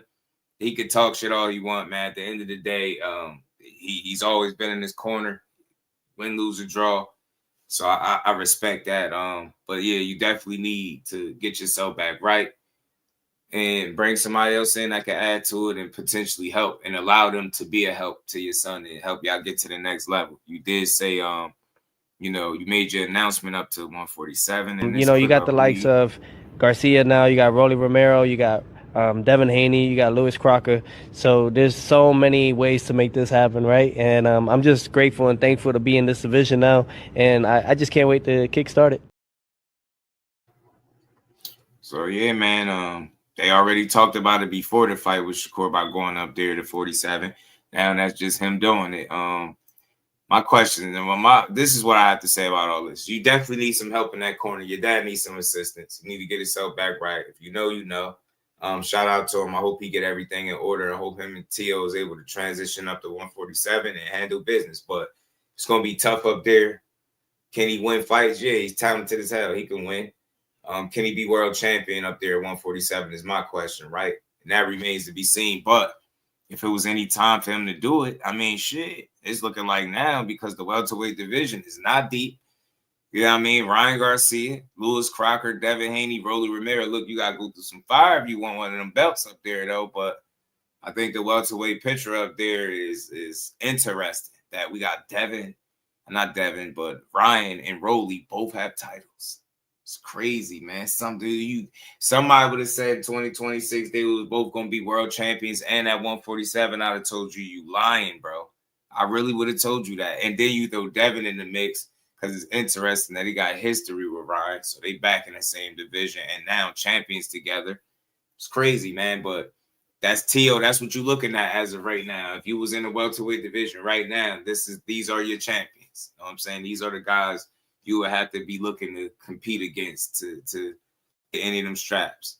You have the WBO at 40. Dev got it up at 47. You know what I mean? Would you fight Rolly? Would you fight Ryan? You know, I did hear him express thoughts about fighting Ryan and vice versa. You know what I mean? Then there's that Lewis Crocker guy. You know, you never know how to unfold, but he gonna need to bring somebody else in. I think he is who he is, but he needs somebody that understands him, that can keep him on his A game while his father's sorting out his affairs, getting his affairs in order. And we'll see, but it's going to be tough. Can he be a champion? With the way it's thin at the top, it's possible, but you know how politics ruin opportunities. And, you know, look, as soon as he get there, he's going to be one of the most talented guys there. That's the crazy part about it. That's him being a talent and welterweight not being as deep. But can he be a champion? It's possible, but I don't know. It's going to get interesting for Tio. I don't know how he's going to look up there. He had to outbox guys at 40. So he ain't going to be no KO guy at 147. Dudes are going to be a bit bigger, stronger, whatever the case. He's going to have to box. So we definitely going to need a trainer. He's going to need a team that's strong, man, to be on the same page. He need to make sure he ain't just working hard, but working smarter, man. Let's see how much farther he could take it. I mean, he's a 2-division champion, right? Former unified, lineal champion, all that good stuff. Can he do it in the 3rd division? Remains to be seen, but I don't know if I ever even thought about seeing Tio at 47, but, you know, he got some weight to him, so it wouldn't surprise me. But let's see how he do up there. He said that's where he's going. He named some of the guys that's there. I think automatically with his name, it ain't like you got to go back, you know, to the back of the bus, so to speak, right? You're going to be right in the mix. Maybe you get a fight there. You know what I mean? You get a fight there to, you know, welcome yourself to the division. And I think from there, it's up. I think you know, go out there and fight who you going to fight. I mean, get your name, put your name in a conversation with the rest of these guys and see where you go. But I think just looking at this lineup, though, Rolly is an interesting fight with anybody just because if you allow him to land on you, things will get interesting if that happens. And Ishmael Salas, I think that's what he would, slowed him down in a good way. I think he made Rolly a little more calculated, man. That could be dangerous for people, man. That could be, you know, a little nerve-wracking. You got Rolly actually out there setting shit up and taking his time, man. I don't know. Big Rolo, man, he turned over a new leaf. Lewis Crocker, he got some scrap in him, but I don't got him beat none of the other guys. I don't. Ryan. Whomever it is that Tio aligns himself with on the coaching front, I believe it's somebody that needs to be able to get him adhered to the fundamentals.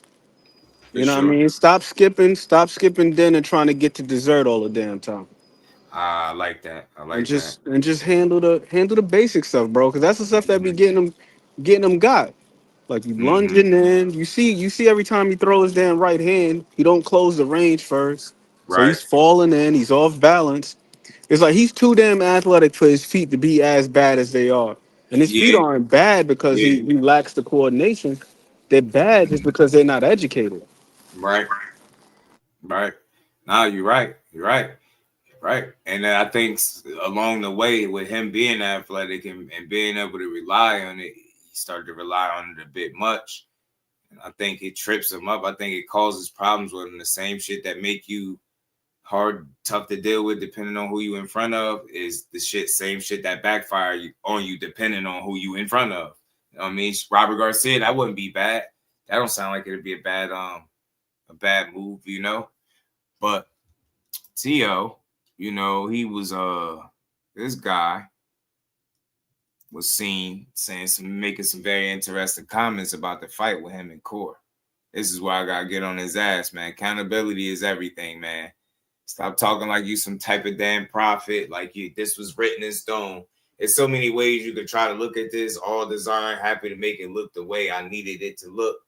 I mean, are you trying to say you wanted to look a certain way going into 47 so people think it's sweet and it's not? Are you saying that you knew it was going to go like this all along because you knew what kind of fighter you was getting in the ring with?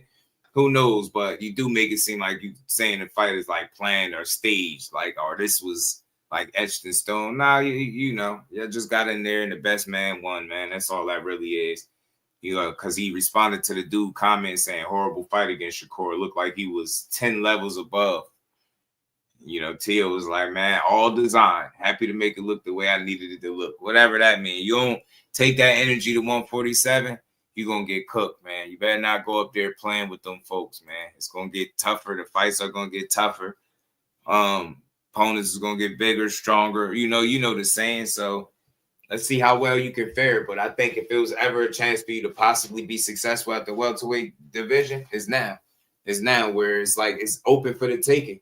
We could see some potential of who could possibly make some noise and do some damage up there. But at the end of the day, it's still wide open.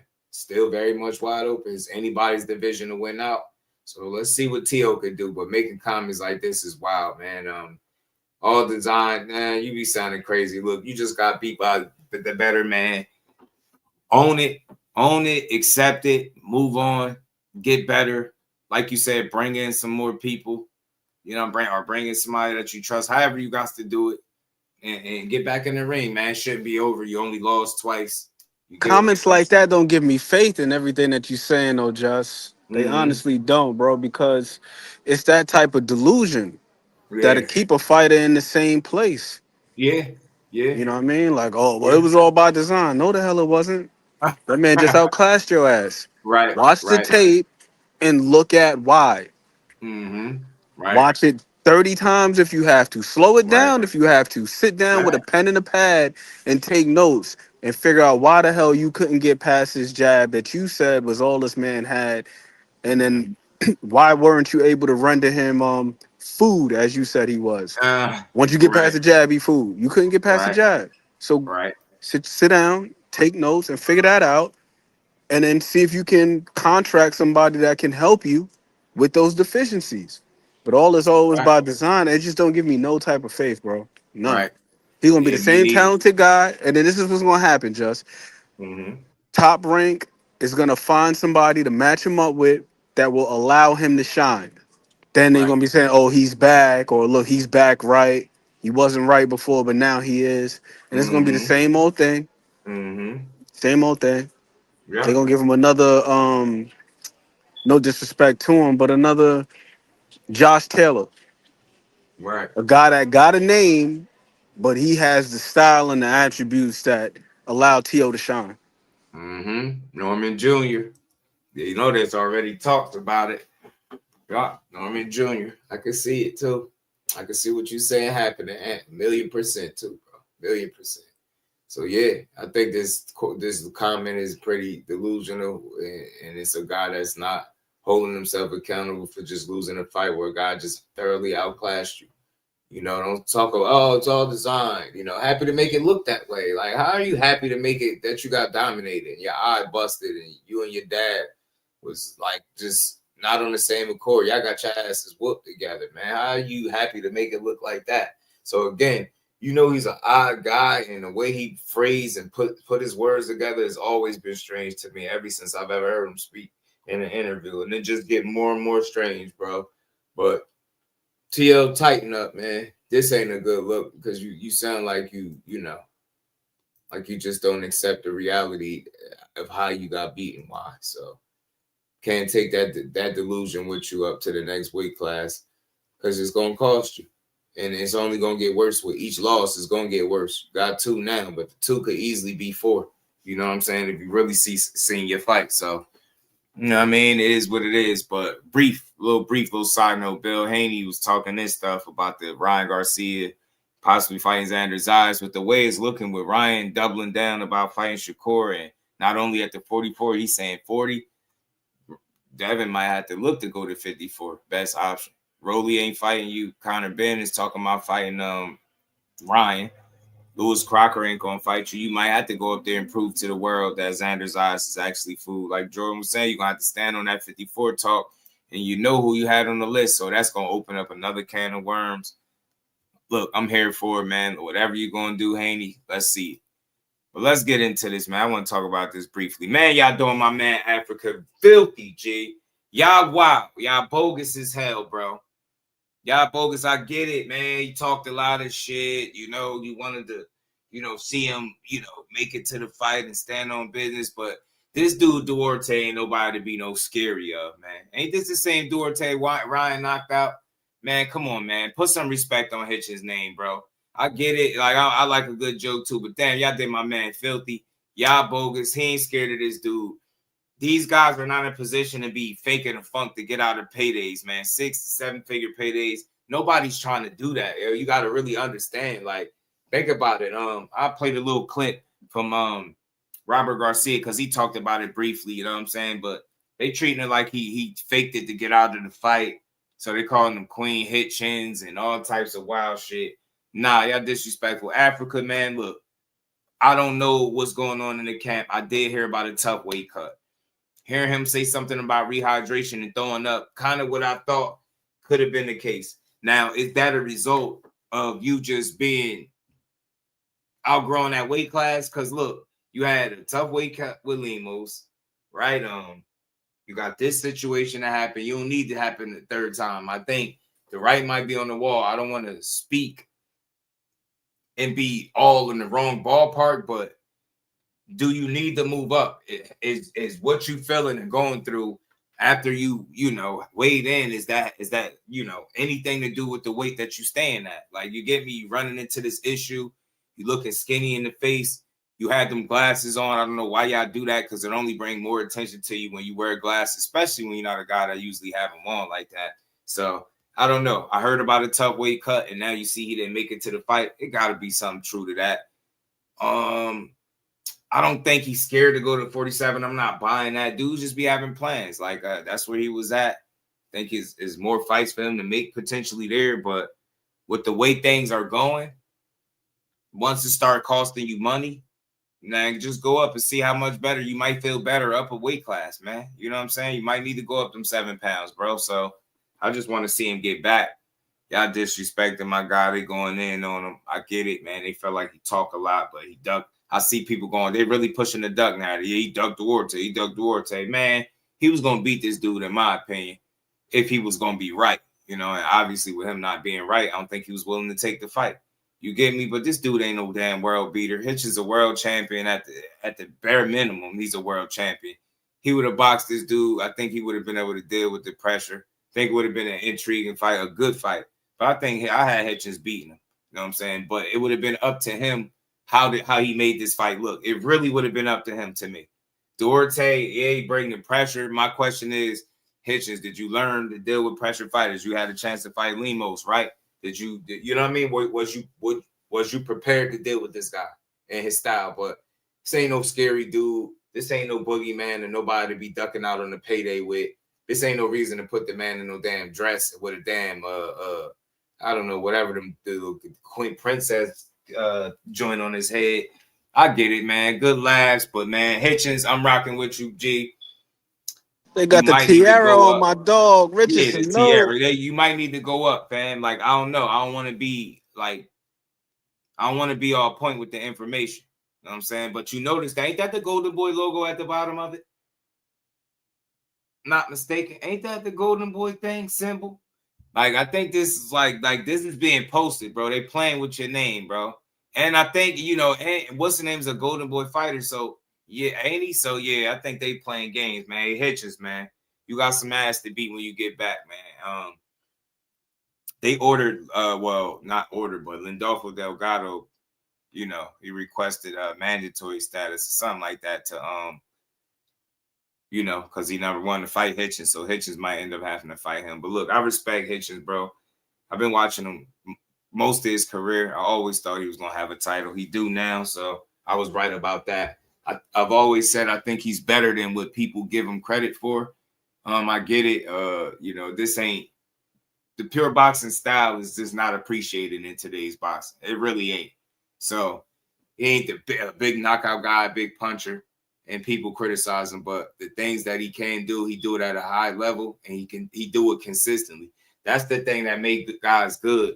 Not just being able to do things at a high level, but being able to do them consistently at a high level. You know what I mean? Round after round. He's not an easy guy to beat. I ain't saying Duarte wouldn't have made it a tough fight, brought the pressure and all that stuff. But I just don't have no reason to believe Hitchens is scared to fight this guy. And then get all the way up into the fight to do that. Nobody. I don't think he was spooked and See, none but of I believe that. that this is a 2-for-1 situation here, Just, and this is why I mentioned the Al previous Booker. circumstance with Subriel Matias. I don't think Right. it's just a matter of Hitchens being wary of him being Duarte, but Mm-hmm. if he's throwing up and it was a tough weight cut, and you got to Mm-hmm. deal with the pressure that this dude is bringing, and Mm-hmm. also remember that last fight, what's his name was boxing fairly well too. Shout out to Kenneth Sims. I can't Right. wait to see him get back in the ring versus Barboza. I had him edging the fight versus Duarte, but Duarte made that a grueling ass fight, and Kenny Sims could box his ass off.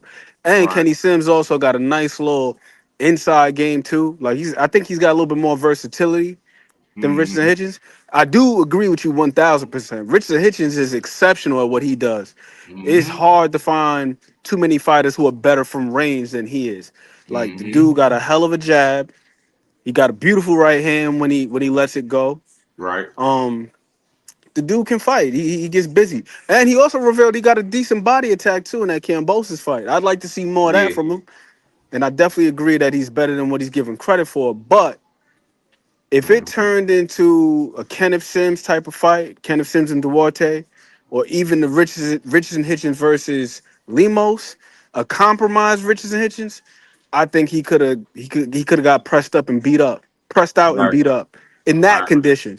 And I think that's probably why he pulled out of the fight. Not just Duarte, but it's a combination of, man, this dude is bringing this type of style, and Mm-hmm. this the state that I'm in. Like hell no, Right. I ain't gonna chance it, and I Right. respect that. Right. And I'll just leave it at that. Like, this is not something that he got a history of doing, pulling out fights. You know what I mean? But I get it now. People are starting to feel like this is second time where weight was an issue. So I understand people saying move up. And like I said, I don't want to be wrong about that, but I don't think it'll hurt you, bro. It might be time. You've already explored the possibility of doing so, fighting guys up Yeah, that in if that you're weight class. vomiting, bro, Go it's do it. definitely time. Move your ass Yeah. up. You Yeah. you, Go you do it. throwing up after the second day weigh-in with the IBF joint, and you already expressed discontent or discomfort with Mm-hmm. making that second day weigh-in. Yeah, it's definitely time to move up. Just move up, bro. Mm-hmm. And let me see if I got the video where Robert Garcia was talking about it a little bit. I'll play a little bit of it, and then we'll get to the shoe joint to close this show out, man. This has been a good one. We're just gonna keep building to the end, but just to hear Robert and what he had to say about it, because we all heard Von D was good with it. We heard Barrios blowing his nose, sounding all nasally and congested and shit. He still went out there and fought, but different. Not trying to compare the two, but I know people are gonna do that. Well, Barrios did this. Was they sick the same way? Because obviously you throwing up, you about to fight a guy that's bringing pressure, and you done. You know, you woke up feeling good, and then everything just kind of turned for the worse.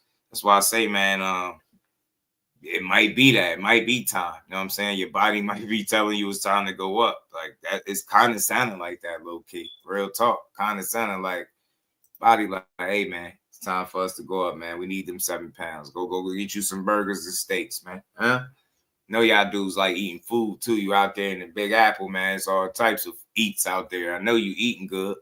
You know what I'm saying? So go ahead and move up, man. Go ahead and move up. But let me play a little bit. This is from Robert Garcia. Shout out to Hitchens, man. That's my guy, though. I rock with him, man. They disrespect him, Africa. Put some respect on Africa name, man. He was gonna go in there and tattoo Duarte, Ultimate His ass off. Soldier. He was ready to become a world champion. Tell me what happened. You were there. He weighed in. Richardson weighed in. Look, right now, we would be celebrating our 18th world champion because Duarte was going to become champion. And look, Duarte is about to shit happens in boxing, but not the way it happened. You know, obviously fighters do get sick. Fighters go through stuff. I could almost assure you that Barrios was a little sick too, because a lot of people seen him blowing up, and then when he's talking, you could hear his voice. He's a little congested, and that affects cardio, of course. Exactly. So it look, affects cardio, of when course. You already had the fight. Oh, remember Mikey against Spence. He was in the hospital on Wednesday, earlier. Mikey was in the hospital at fucking 2 a.m. because he got sick. But man, you suck it up. You're already there. You're to fight. Whatever. Maybe it's best to look out for yourself. And yeah, but at least you're sick. But in this case, man, the press conference, healthy, talking shit, trying to bet everybody money, confident. At the weigh-in, again, same thing. Yeah, I didn't see any fucking sign of him being sick at all. He looked good. He was excited. He was fucking. Yeah, but that's the thing. You looking for something that's not going to be there because they said he was good. They said he woke up, I think, at like 148 or something. And then, he started throwing up after the fact. So I don't know what happened. I just don't want to be overly critical of something without having the information. I only can go off what he put out there. I know the timing of it sucked, but I don't see Hitchens as the kind of guy that want to waste people time all the way up until the last minute and then pull out. He don't got a history of that. I'll give him some grace in this situation. It's like, yeah, you wanted to see that fight because I really wanted to see that fight on the card. You know what I'm saying? It would have made the card that much better. But they put Amari Jones on the pay-per-view version, and he had a good showing. You know what I mean? He beat up Luis Arias, stopped him. You know what I mean? Good showing, but nonetheless, I definitely wanted to see Hitchens, but I don't see Duarte being no guy that's gonna make a dude duck out of a good payday. Nah, I don't see it. Still betting money, still talking shit. But then the second day weigh-in, which is the morning of the fight. The morning of the fight, like at IBF rules, you can't be more than 10% of your weight. We were supposed to meet at 8. Yeah. At 8 a.m. But the official scale got in late. So Connolly, his manager, Keith, he told us, look, if they're not here, let's just do it between ourselves. The IBF was there, so that was all we needed to know. So he says, let's go to our room. Robert, you see Hitchens weigh in, and then we'll go to Oscar's room, and I'll see him weigh in, so that way we don't have to wait. I never heard about that, but okay. Golden Boy, they got in late. They didn't have the scale. We didn't have the scale. So the IBF said, okay, I'm okay with that. So we went to Hitchens' room.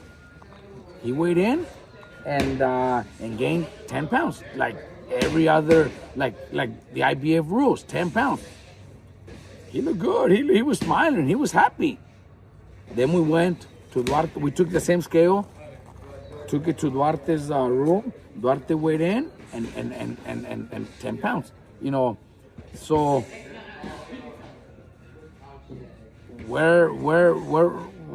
what time did he get sick?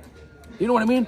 Then at 2 p.m., 2 hours before. No, actually, they wanted us in the locker room at 3:30.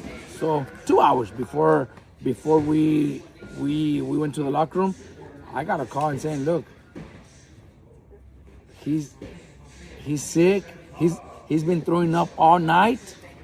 But he was okay in the morning. That's what I was gonna say. Food poisoning. He's been throwing up all night. So man, that's how it go, man. Shit tricky. He could have ate something. It could have been anything, man. I get it. I can understand Robert's position, his frustration, because his fighter had a 12-week camp. He was ready to go, trimmed, ready, tip-top shape, confident. And they thought they was going to go out there and win. But I don't think so. I think Hitchens would have been able to box this dude and beat him on points. I really do. You know what I mean? I wasn't expecting no stoppage. Duarte's pretty tough. But at come forward shit, bring pressure. Yeah, I just don't think Hitchens would have crumbled under the pressure. But again, not being 100%, you just never know how you react to a guy pressing the issue. You know what I'm saying? You feeling like a shell of yourself. So I get it. The timing is bad, like especially when you see him in back-to-back instances and he's smiling, talking crazy, confident, everything good, and then boom. You know what I mean? But just think about the timing. If you was looking to get out the fight, I don't think you wait till the day of, right? I just don't think that's something you do. That's your reputation and shit on the line. It's just not worth playing that type of game, and I'm not going to put that on nobody. Unfortunate shit happen all the time in boxing, but it's crazy how quick we'll jump on the bandwagon of negativity when it's our fighters. Like, we don't give him no grace. He ain't sick. He faked it. He was scared. He was ducking Duarte. It's like, man, shut up. Damn, shut up. Like, you serious? Yeah, I think that? Imagine training for something that you chose to do for a living and then having 12 weeks to prepare for one guy and get paid to do it and then say at the last minute, I'm scared to do this. Imagine it, though. That's how I'm always say that, because I just don't think, I ain't saying it's never happened and people don't, get nerves and don't want to fight. I get it. But we say this about fighters that you can't really prove that about, right? That's getting in there. You know what I'm saying? So I don't look at Hitchens as no scary guy, man. He's pretty honest, straight shooter to me. That's just my opinion of him. A little too honest, honestly. Right. Yeah, You're a yeah, little right. too And I honest. think he wanted And this that, fight. and that's why I keep reiterating, man, and harping on that damn Matias situation. Is like if bro would have just kept his damn mouth shut, we wouldn't have knew nothing about him being uncomfortable with the 10-pound rehydration. Yeah, So I think that's where it becomes a matter of where there's smoke, there's fire. It's like, oh, okay, if you was nervous to fight Matias, then da, da, da, da. You know what I mean? And that's what I'm saying. For me personally, I give him grace in this situation because I look at it both ways. As you pointed out, the man trained, and not only did he train, but they spend money to go to camp. Who the hell wants to spend money to go to camp? He Right. spent money to go to camp, but I also Right. feel like he knew that he couldn't be compromised facing this dude. I feel like Right. that. So I Couldn't don't think he afford that. ducked Yeah. him, but I think that just given the circumstance, like, nah, I'm not even gonna put myself in a position Mhm. where I could potentially like lose my belt, and then Right. out of that and take a L because I'm half stepping. Right. Now they demanding talking about strip him because he lied. Like, stop, yo. Come on, man. We doing this and y'all know y'all on that bull. I see a lot of wild stuff happen, bro. I ain't trying to hear no strip him. He ain't lose the belt. He got sick. He got sick. Know what I mean? We just seen Floyd Schofield with iPhone 18 chargers plugged into him on the deathbed. So, like, shit happens. Unfortunate shit happens all the time in boxing. Like I said, if he had a track record of doing things like this, I could understand. But man, I'm not about to make these guys out to be scary just because something unfortunate happened, like getting sick. You know what I mean? Shakur Stevenson went through it. Caught a bug. It was a bug going around in camp. He tried to isolate himself. Still ended up getting sick. Throwing up in between rounds of sparring and shit like that. Still end up pushing through it. But that shit, man, it was risky. You see how much criticism they still criticizing him about that fight. So what you think they would have did with Hitchens had he went out there and not look good and or dare I say lose? Man, you already know how they would have talked. So I get it, man. Better safe than sorry. I can understand Robert or Oscar Duarte being frustrated because they was trained ready to go. And that's the same way the other team would have felt if it happened to them, I'm sure, too. But it's just things like this happen. Hopefully they could run a fight back down the line or fight. I don't know. I wouldn't mind seeing it, though, because the way people are acting, I really want to see it. I really did want to see it. That's why I'm mad it didn't get to go through. I thought Hitchens would have pulled it off and defended his belt well, but wasn't meant to be, man. Hit that like button, y'all. We still got about 100 people in the building. Hit the like button, sub to the channel. I don't care what side you're on, double tap the screen. Let's play this, man. Got a couple more minutes of this. We're going to keep it pushing. Sick, he's pulling out of the fight. So why did he weigh in if he wait up? That's what I mean. Not only why did he weigh in, why did he gain 10 pounds? If he's sick, you're right. You're right. Food poisoning and throwing up all night, he should have been underweight. He would have been under. That's true. He wouldn't have gained 10 pounds. He wouldn't have stepped in the scale and gained 10 pounds and look healthy and smile and you know what I mean? See, they saying it wrong. He threw You've up. been through this many times. It's not your first rodeo. Like from what they saying, after the fact, after waking up and the next day, then they saying he was throwing up. He's feeling good. Then he started throwing up. I know the timing it sucks, yo, but I'm not about to overanalyze it because basically, we're gonna do all of that just say what you want to say. You don't believe that he was sick. You think he was good. You think he pulled out of the fight because he got cold feet or whatever. Might as well just say, I'd rather somebody say that than try to over-explain the timing in which he got sick. And then y'all, it sound like y'all got y'all timeline mixed up a little bit from when they reported it because they had the statement out there and they talked about it. They said what his weight was, felt good and all that. I remember some of the statement off the top of my head. So this is what it is. At the end of the day, it happened. Hopefully he can move past this. It shouldn't be this big a deal. Boxing is really, really tough, bro. You can't get sick. Everything, I'm telling you, cannot go wrong. You just got to be superhuman. Think about it. Some people get hurt. He ain't hurt. He lying. He's made an excuse. It's like, bro, we don't even be letting these dudes be human. Yeah. Bullshit. What do you think happened? They were worried and they seen the confidence that the whole team had. Duarte was going to win. Duarte was going to knock him out. Duarte was going to knock him out. And no, the fuck he wasn't. He ain't knocked nobody out on the level of Richardson Hitchens. How you just thought he was going to knock him out? Come on, man. Like, damn, that's what I want to see. And I get it. He's saying what a trainer's supposed to say, but Ellie, stop, yo. Duarte was going to knock him out. No, he wasn't. Now I know for sure. And they seen the confidence, the team. Man, I'm about to go watch some Oscar Duarte after I get off of here. They got me wanting to watch Oscar Duarte. I'm pretty sure, had me cue it in. They probably told him, look, it's a big risk. Let's wait. do this over here. Maybe there's a bigger fight at welterweight. Easier fight, yeah. Maybe there's a more money fight. Hey, thank you. You didn't have to. Yeah, for sure. Nice, bro. Thanks. But yeah, that's the gist of what I wanted today. About to get into some other stuff, but there it is. I respect Robert. Felt like they was worried Duarte was gonna knock him out. He seen the whole team was confident. I get it, but nah, ain't nobody. Yeah, Duarte ain't scary, bro. Most people, a lot of people don't even know him. He ain't scary like that. Hitchens ain't tuck no tail because dude was confident. They always confident like that. You see, he was out there trying to bet people, and it's crazy. I talking about how he was talking about betting and stuff. Ain't none of y'all take him up on them bets though. Hell with the talking and shit. Y'all wasn't taking him up on them bets. It wasn't like dudes was like, yeah, I'll take it. Yeah, so nah, I don't think he was scared. I just think it's unfortunate. Maybe he did get it sick. Maybe it's a bug. You just never know. That shit hit you out of nowhere. I remember what fight was this? Was this before the fight with Artem and Shakur? It was the day of the fight. Mind you, we had tickets already. Bro, I was dehydrated and it all came out of nowhere. My side was hurting so bad, bro. I was like, there's absolutely no way I'm making it to this fight tonight. It's absolutely no way. I was pissed just the thought of it. Like, yo, we already got the tickets. But I'm like, the way my side hurt, and I know it's me being dehydrated. I had it happen before. I'm like, bro, I was in pain. I'm like, I wouldn't even be able to sit at no fight that long in that type of pain and enjoy it. It'd just be no way.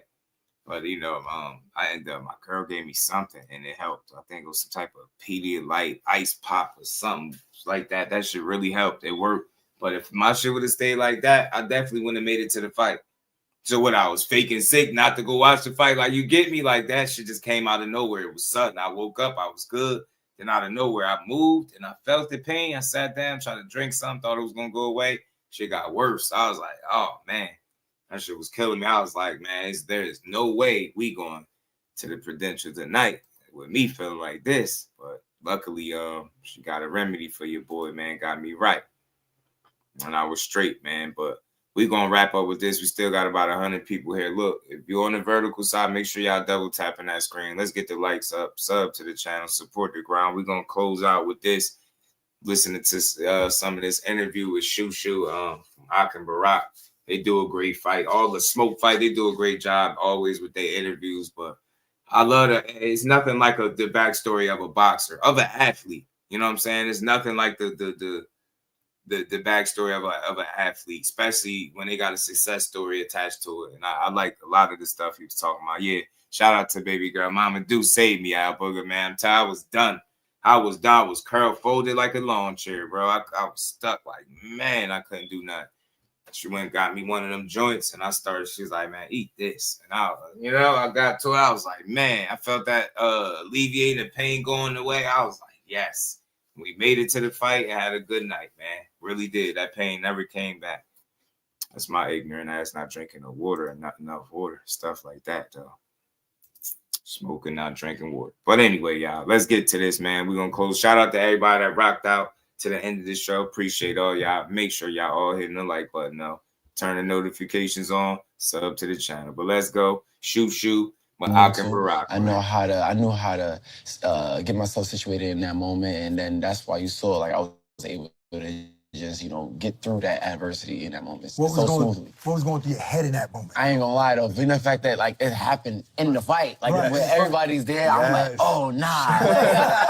Like it was crazy because when I got caught, I wasn't dizzy or nothing like that, but my back leg went gone. I was like, oh, like that's how you saw I was backing up. I was like, my leg is gone. So I'm like, nah, he got me. Yeah. And then he started to hop on me. Yes. I'm like, all right, nah, I got it. Did you clinch? I was like, yo, let me hug, gang. Give me a hug. Good shot. I love this. Love the honesty. Yo, word. Like, I was just playing. No, you know what I mean? But I still, throughout that round, I felt like I wasn't there yet. Right. But I still was trying to, like, show that I could still catch you. So I caught him with, like, a nice shot still and, try to play a little defense here and there, try to, like, get in his head to let him know, like, I'm good. But really, I wasn't. I was still a little shaky. Even in the next round, the whole round, I'm using that leg still felt a little weird? Yeah. It was like, was still next round too? The whole next round. It was like, my legs was gone. So I was like, nah, I didn't have to make sure he just wouldn't Wait, have you ever felt that before? I know you might have been stunned before. I've been stunned before, but for it to last that long, no, I didn't. Wow. So, and then after that round, I believe now going into the 6th, K was like, yo, you use that round to get yourself back together. Now it's time to step to him. Yes. You know what I mean? You gotta you don't get him too comfortable now because he can gain a little confidence. I'm like, okay. I still wasn't that comfortable yet with stepping to him, but I'm gonna try. Right. Round 7, 8, that's when we was like, yeah, stay to him because we noticed his punches had way more power when he was able to get that distance. Like he was getting straight shots with the right hands, the end of the shot, way more power. But in the inside, he didn't know how to really work that well, getting the little shots here in the inside here and there. And now my inside game, that's where I live. Sweet. You know what I mean? So that's when I used that as an advantage, and I noticed his pace was slowing down, his body turning red, everything is slowing down. I'm like, all right, yeah, we getting him. Right. Was there ever a second where you thought, damn, I might lose this? No, not 1 second. Not 1 second. No.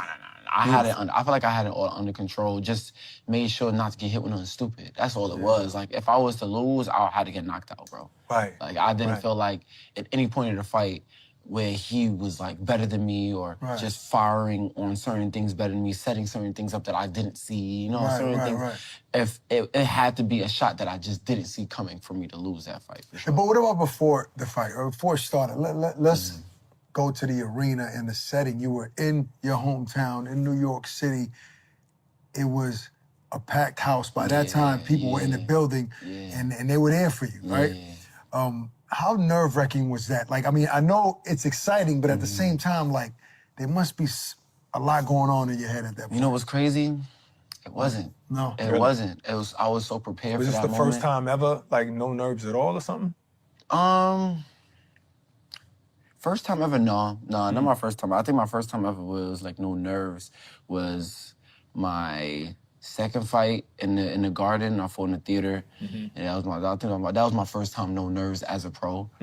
But I feel like in this particular fight, I was just so prepared for every possible outcome, to where it was like I don't give a damn about like the smallest inconvenience. Like, I am such in tunnel vision. I'm so locked in. But did you, when you envisioned the moment, was it what you envisioned? He's a really smart fighter, man. That's why I like hearing this dude talk. Articulate, young man, smart, out of IQ, got dog in him. Got brought up right, man. He moving the right way. 100%. Yeah. You know, I'm walking out with MOP, you know what I mean? Brownsville. That was hard. That was Who's hard. First of all, you too young to really know. It's Brownsville, bro. It's Brownsville. Still, you too young to know them. So I want to know how. How did that happen? Well, my people. I just random thought based off a video I just seen. Some of the Devin Haney fans are the worst, bro. Our mutual friends with some of their people. Got you. And, I think one of their people was like, yo, we could, they reached out and they wanted to come to one of my fights, probably a year ago. Okay. Like, yo, yeah, you probably give us some tickets to your fights, da-da-da. My man was like, I got an even better idea.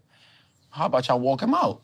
Right. You know? And that was it didn't happen when they talked about it initially, but it happened at the right moment. At the right moment. It happened at the right moment. Like they came through, they performed, and you know what I mean, that was just dope. And I feel like that was just something for me to give back to Brownsville, you know what I'm saying? And then Teo used the same song. He did. He used a couple of songs, right? Yeah. But he used that Annie Up. He used that same song. Yeah. Come on, it's Brownsville. That's legendary, bro. Annie Up is one of them legendary songs. Yo, bro. it got me to stand up. Yeah, when I was like, yo, nobody's ever used them. That was perfect. Yeah, man. So I wanted to be. I always try to just set myself apart from other people. I just want to be different, and at the same time be grounded and showing everybody like I got pride from where I'm from, and I'm gonna have it like Brownsville and the whole New York City on my back everywhere I go. And you had the crowd screaming "New York." Yeah, word. Damn sure was. You're right. Everybody was. So what inspired that outfit that you had, your fight night fit? Man, you know, I always, again, like to keep it home, whether it's my walkouts, New York music, whether if it's my outfit, I got the towel, like I pay homage to Mike Tyson, and then there's the Yankees, bro. You know what I'm saying? Like everything is new. I did the Giants. I did the Brooklyn Nets. I did like the Coogee sweater, the Coogee outfit. The You ever did the uniform. Knicks? I did the Knicks colors. Yeah, I did the Okay. Knicks colors, but I didn't like, you know what I mean, do it like how I did the Yankees. Yeah, This that one was was dope. tough. That was This tough. one was tough. Who You know, did the outfit for you? Bespoke Boxing. I gotta give a big shout out to them. Box Pro as well. You know, they did their thing when it came to that. But yeah, it was real smooth, man. And they exactly how I wanted the outfit in terms of all of the.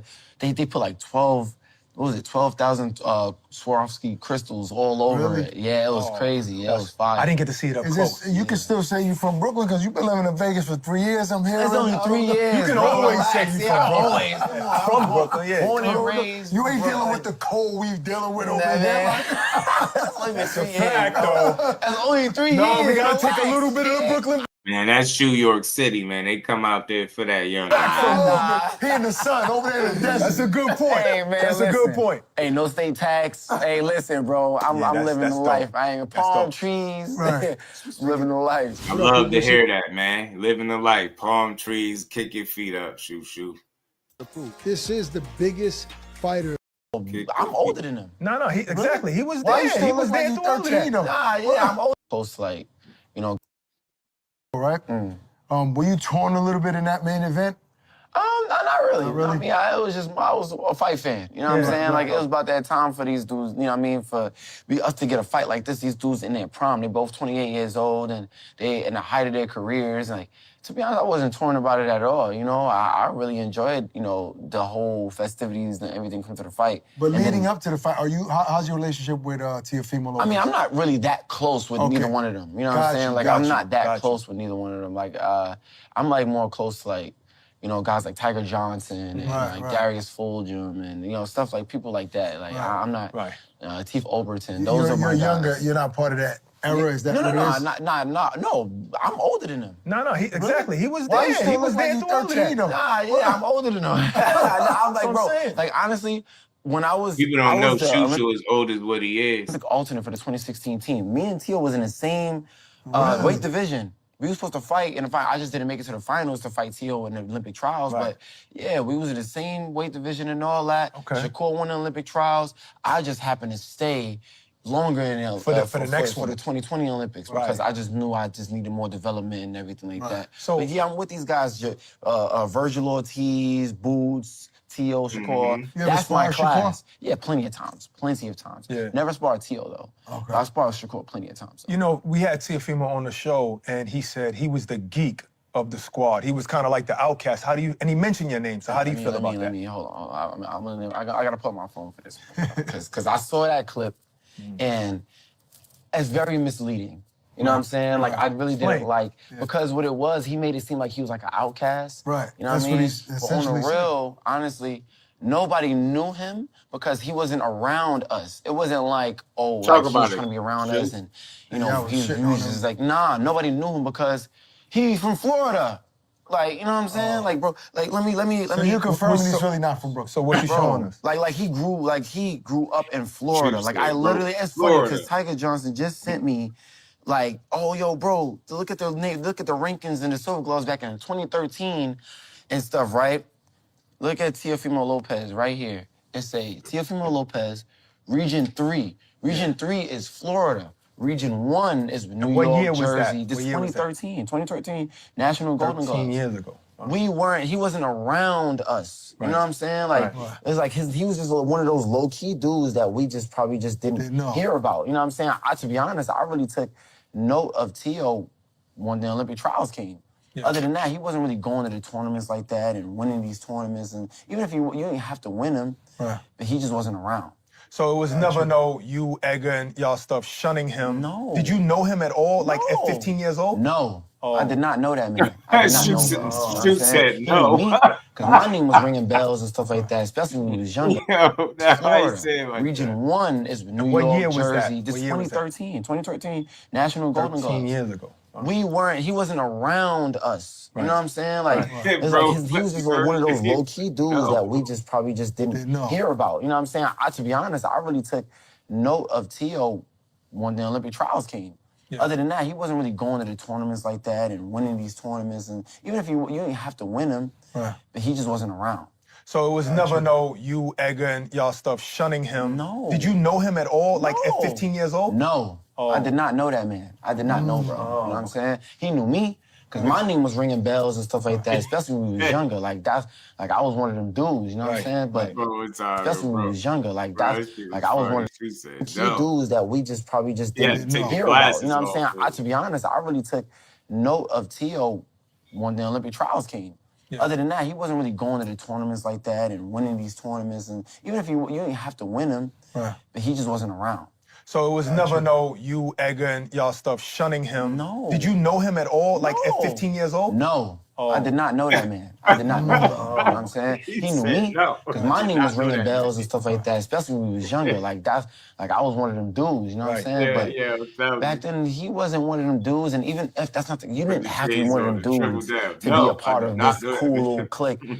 Bro, I'm cool with anybody. I'm cool with everybody. You know what I'm saying? He made it seem like he had that chip on his shoulder because he was the geek and the loser and they didn't want to be around him. That's his perspective. Right. That's how he saw it. But you said you didn't even know I just him. didn't like how he put that out there to make it seem like we was just like not, like we was just treating him a certain way. I did not like that at all. We just ain't know, bro. That's all it was. So you mentioned Tiger Johnson, and obviously you saw what happened between him and the Haneys. Yeah. What do you think about that situation? Man, I honestly feel like, you know, because I have a little insight on the conversations that they had and a little beef that and how it all started or whatever. That joint is just, it's supposed to be boxing beef, bro. Yeah. It should not have ever gotten to the point that it got to where they got that physical and they jumped dude and he's by himself like that. Like, that was really distasteful. You know what I'm saying? Do you know where it stems from, like exactly? Yes. So we did a Sean Porter podcast, right? We was on a Porter Way podcast, and I think that Devin has already got something going on, a little tension with Sean Porter. So anything that Sean say might make him feel away. Okay. So there was a clip that was used, and it basically was like Sean Porter saying like, yo, He if, said no. you know, Brian Norman had more experience, he probably would have had a better, you know, fight for himself. And, you know, me in the back, I'm kind of agreeing. You know, I'm like, yeah, I see that, I see that. But I mean, that's facts, though. You know what I mean? I feel like if anybody, like, if Brian Norman, everybody knows Brian Norman, his resume is not that deep like Devin's is. Devin is super experienced, bro. You know what I'm saying? So if Brian Norman had more experience, maybe the fight would have been closer. Maybe the fight would have been more competitive. Would he have won? I don't think so. You know what I mean? Who knows? But that's just a fact, bro. Like, that's just what it is. Devin had a problem with that. Called everybody on the couch coons and called it. So Tiger was on there too? Tiger was on the podcast. Okay, Yes, I forgot to mention that. Tiger was on that podcast with us. Yeah, I remember that. And he said coons this, coon that, and talking crazy and saying little names and that. Me, bro, I understand it's a whole misunderstanding and, you know, it's a little clickbait. I just said, bro, look, watch the whole interview before you speak on my name, because I was saying, like, bro, I was rooting for you to win the fight. The day after I won my last fight, I was saying that he was going to win the fight. You know what I'm saying? So I'm just like, bro, like, you know?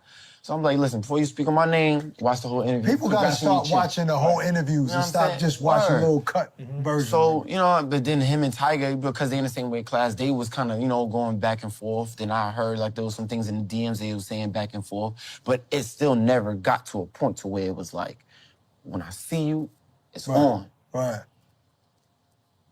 just kind of probably didn't really even get to that point. I think it's because the younger son. Somebody from Team Haney, old Tiger of Fate. I ain't gonna lie to you, though. Y'all owe him a fate. And that's more emotional when it's a young son, like you're talking to a kid, but still should have never went. Devin wasn't even involved. He was on the broadcast. Exactly. Bill was in the interview. Devin was in the broadcast. So all of that happened like that. It was crazy. And from there's so many different vantage points because it looked like Bill was actually trying to break it up. You know what I'm saying? I don't know. I don't even know. So I don't know. I didn't even look further into it. None of that. I just wanted to know how you feel about it. Yeah, man. It was very distasteful, bro. Like I was able to see Tiger after the whole thing, seeing all the marks on his face and stuff like that, and I was torn, bro, because I'm trying to go through my whole thing. I had a fighting meeting in that moment that I was supposed to be able to do, and I'm messed up. Just make sure he good. Yeah, that's what I was about to say. And You messed got up. a fight coming up. Yeah, I got a fight coming up the next Ty day. is a good friend of yours. Yeah, very good friend of mine. Like that's my boy. Like we hang out all the time. We go on trip to Puerto Rico, all that. Like that's my boy. That's my guy.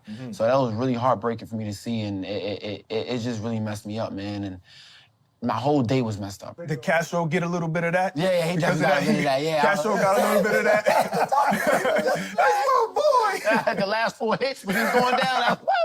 And it seemed like in one of the videos that he was getting stomped by a bunch of people. I don't know who was who. Yeah. But he sat in front of me actually in the fight, and he seemed like he had his shades on, but he seemed okay. He's not like badly injured. Nah. I was happy to see that he was all right. You know what I mean? He's really good to where, you know, he's able to just walk around and be himself. And, you know, he got to see me backstage and everything. Really good spirits. I was really, really happy to see So that. did he put, I mean, do you think it's safe for those groups to be around each other, or is it still might be a problem? Nah, it's to a different level now. Like now it's real beef now at this point. So, I mean, it just sucks that it's now this type of atmosphere is around staying out of that? No, you're 100%, 100%.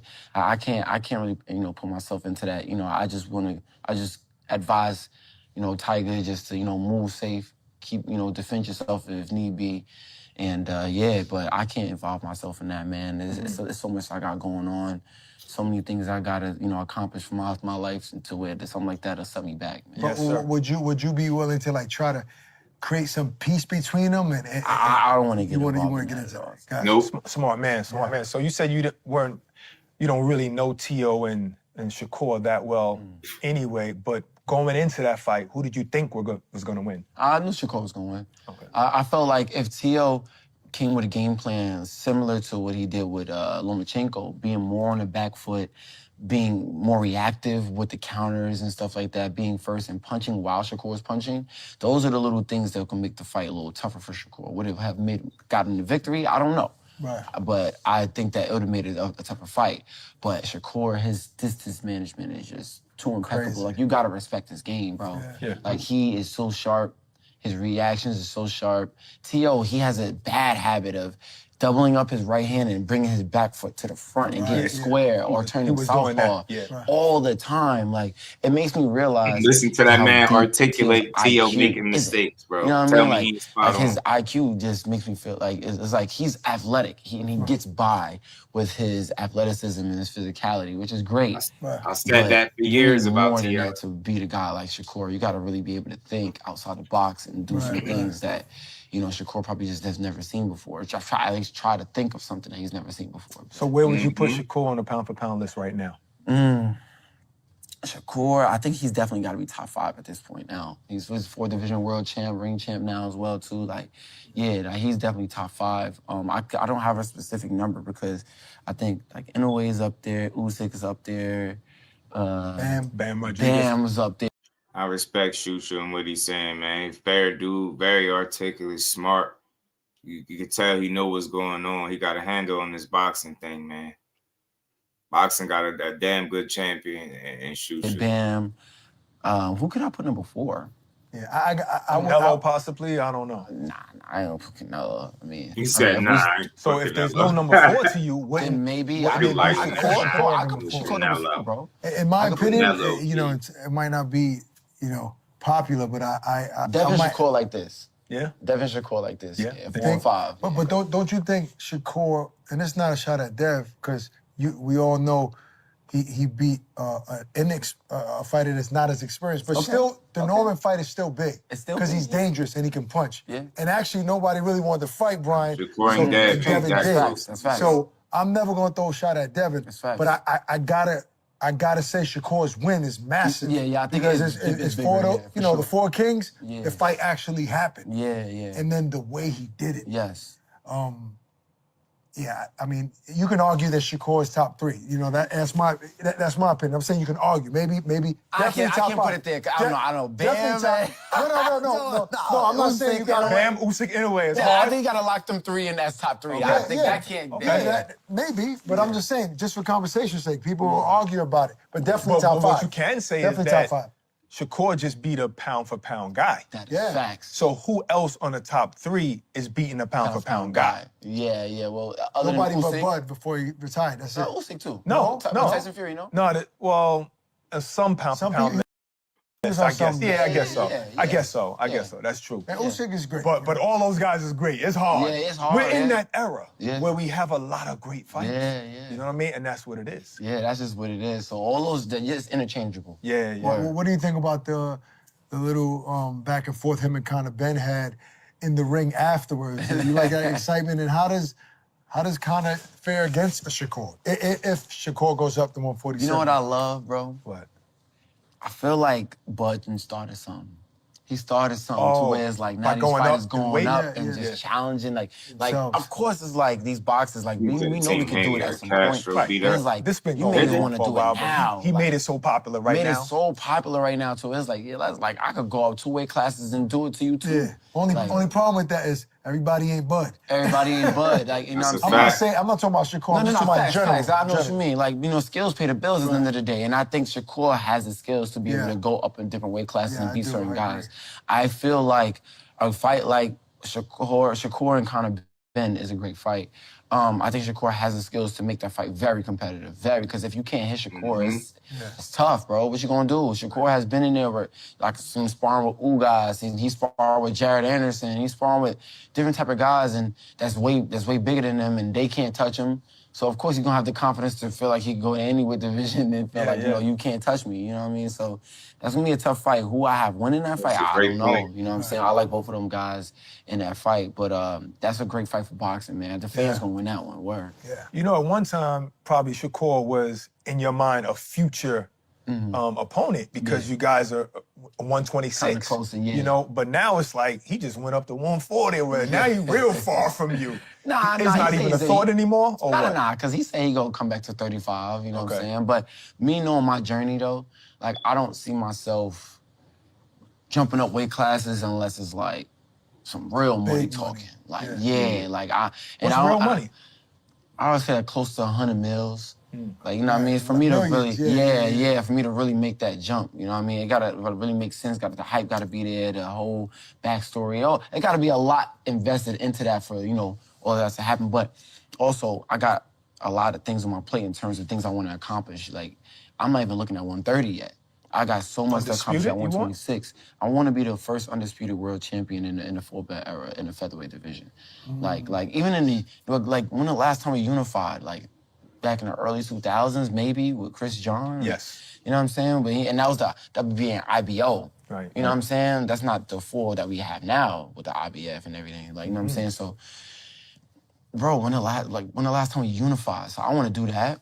I want to unify, but I definitely want to be the first undisputed world champ in the featherweight division to be in the history books. Like, that's going to put me in conversation pound for pound. Like, So you're not struggling to make 126? Nah, we actually doing well. We doing real good and making weight and everything like that. And, you know, power's there, energy's there. We see. Yeah, you know what I'm saying? You see that, so that's why I'm really making that campaign. Yeah, he looking good. He looking good. I know people be saying he killing himself to make the weight, but I don't really see too much evidence of that. Shout out to Jermaine for the laugh and disco, man. Shout out to everybody sending them gifts, man. I appreciate y'all. John Jones. Let's talk, since you mentioned money and how much, let's talk money a little bit. Obviously, this is your biggest payday, right? Do you have it? No? Yes or no? I don't know. Was this your biggest payday? No, it actually wasn't. So you've made more money than this title fight that you just had? No, the same amount as my last. The same amount. Yeah, the same amount. Yeah, the same amount. So, I mean, are you the type of guy that once on contract, you know what you're getting paid? I know you locked into the fight and all of that, but are you spending money ahead of time already? Like, I know I'm about to cop this, I'm about to cop that. Michelle about to get this. You telling your girl, man, we're about to buy this. This is coming in. Be real. Keep it a buck. I mean, you got to treat yourself a little bit. You know what I mean? You got to enjoy the fruits of your labor. Of course, you know, that's going to come back at the same time. So tell me, Nate, give me one of the things you had in your mind that you wanted to cop after this fight. I mean, more so it's just about trips. It's not really one material. I want to travel. I think spending your money on experiences in life. Because the material shit that really material shit keep you broke. It really don't. There's no value in most things that we spend money on. It's just like you're giving it most shit you buy lose value. So, like, you know, you buying a bunch of material things. I mean, trips is priceless. You making memories and shit like that. That's different. You know what I'm saying? That shit lasts a lifetime. Me and once makes me want to open up and, you know, spend my money on. Like, so where you booked? Where you going next? Man, we going. I don't know. We gonna go to. Where we going, baby? We gonna go somewhere. Maybe we thinking about going to Turks. We thinking about going to Turks. We thinking about going to Japan at some point. We thinking about going to. We gonna do different countries outside for sure. We're definitely gonna do some traveling. You know what I'm saying? And you gonna do some shopping while you're over there in those Of countries. course, bro. We gonna do some shopping. You know what I mean? But at the same time, I'm frugal though, bro. I'm a frugal dude. You know what about investments? Because if you look at a guy like Danny Garcia, he didn't wait till he got the millions and start investing. His first check at $75,000, he went and got a property. You know what I mean? So have you started that yet? Speaking to a financial advisor or any kind of investments at all? I've had certain conversations with financial advisor, but that's definitely something that I'm definitely into for sure. I'm definitely into that because I know boxing. I ain't gonna be boxing for the rest of my life. Yeah. You know what I'm saying? Like I'm trying to get this money as well. Like to be honest, I love boxing, bro. I can't see myself stopping anytime soon. Of course not. You know what I'm saying? But at the same time, I do want to be well off. You know what I mean? To where and then I want to be able to be out and have my mind right and do commentating and everything as well, talk shows. Like I want to be in movies. Right. I want to do a lot of different things outside of boxing. You know what I'm saying? So I definitely want to be able to get out when I need to. But I feel like I'm gonna struggle with that. I ain't gonna cap. So talk to me about, or have you experienced this once you started making like money that you made in this fight and the fight before and so on and so forth? Are people contacting you, family, cousins, like, yo, I need this, I can't pay my rent now, like, yo, can you hook me up? Like, yo, man, I'm struggling right now, my kids need sneakers. Like, not like that? Nobody hit me Nobody up. in your family, come on, keep it a buck. Nobody in your family is asking for a low change. Nah, man, I mean, I don't know if that's gonna happen. Yeah, I mean, they probably gonna give me a little grace period, a little time to be chill. Not right now. Catch me. All right, so have you said no to anybody yet? Nobody asked me nothing yet. Really? You got good family members, though. Told you I Shoo got some good family, man. They want to see him win. They ain't trying to take from him. They want to see this dude win. Everybody doing good. You ain't got nobody struggling. We know what it is, man. I think they just realized that, for the most part, like I hope that they realize that, me grinding and me doing all this work and everything like that, like that's me. Right. And they just happy to just see me being as successful as I am because they know what I've been through. They know all of the things that I had to push through and accomplish to be able to get to where I'm at today. All of the doors closed in my face, all of the doubters, people forgetting about me, people, you know what I'm saying? Like, bro, it wasn't an easy road for me, bro. Like, a lot of people, like, they really try to shut me out and not give me my opportunities but I had to force my way. Who are some of those people? I mean, it's not. I don't really care to name people. Right. It's all noted up here. Right. You know what I mean? I just use that to fuel the fire that I have in me to be able to become world champion, man. I don't know the reason when I asked that. It's not really naming people, but you're with Top Rank, right? I don't know how that situation is because Top Rank doesn't have a TV deal, but were there other promoters that passed up on you before Top Rank? And if so, which ones? Oh yeah, definitely. The Zone, Matchroom, I think my pro debut. Okay. Like, we were supposed to be in conversation with them, but I think that they said no because they had other interests in different fighters. And then, with Top Rank, it was like, I think it was just put on the table. Like, there was like, we was conversation, but it was kind of just put on the table. So, pro debut, I wasn't signed with anybody. Tyson Fury, I got to give a big thanks to him because he, gave me an opportunity to fight on his card when he fought Deontay Wilder for the third time in the T-Mobile Arena. Right. And didn't he say good things about you, too? Yeah, he did. He definitely did, man. I got to give him a big shout out for that. He helped me out. And then on top of that, my fight, when I did what I did, and the people that was there, they was watching, that's when Top Rank, they was like, yeah, now we gotta sign you, bro. Because like you look great. Right. And it was I wouldn't want to knock that guy out too. I was thinking like, fans, I needed a knockout to, build interest. But I think they just liked my style because it was just entertaining. Then the next fight after that, got into my first knockout. First fight in the Garden after that, my third fight. Got a crazy knockout, went viral. Yeah. It was over after that. Are you still signed to them and for how long? Yeah. I'm still signed to them. I think I got a couple more years with them. They've been treating me so well. Right. You know what I mean? Like they've really helped me so much for promoting myself, man, and put myself in position for the world title. You know what I'm saying? I can't thank them enough, bro. Like the whole media team, everybody backstage. You know what I'm saying? With Barbara Arum, Bruce Trampler, Brad Goodman.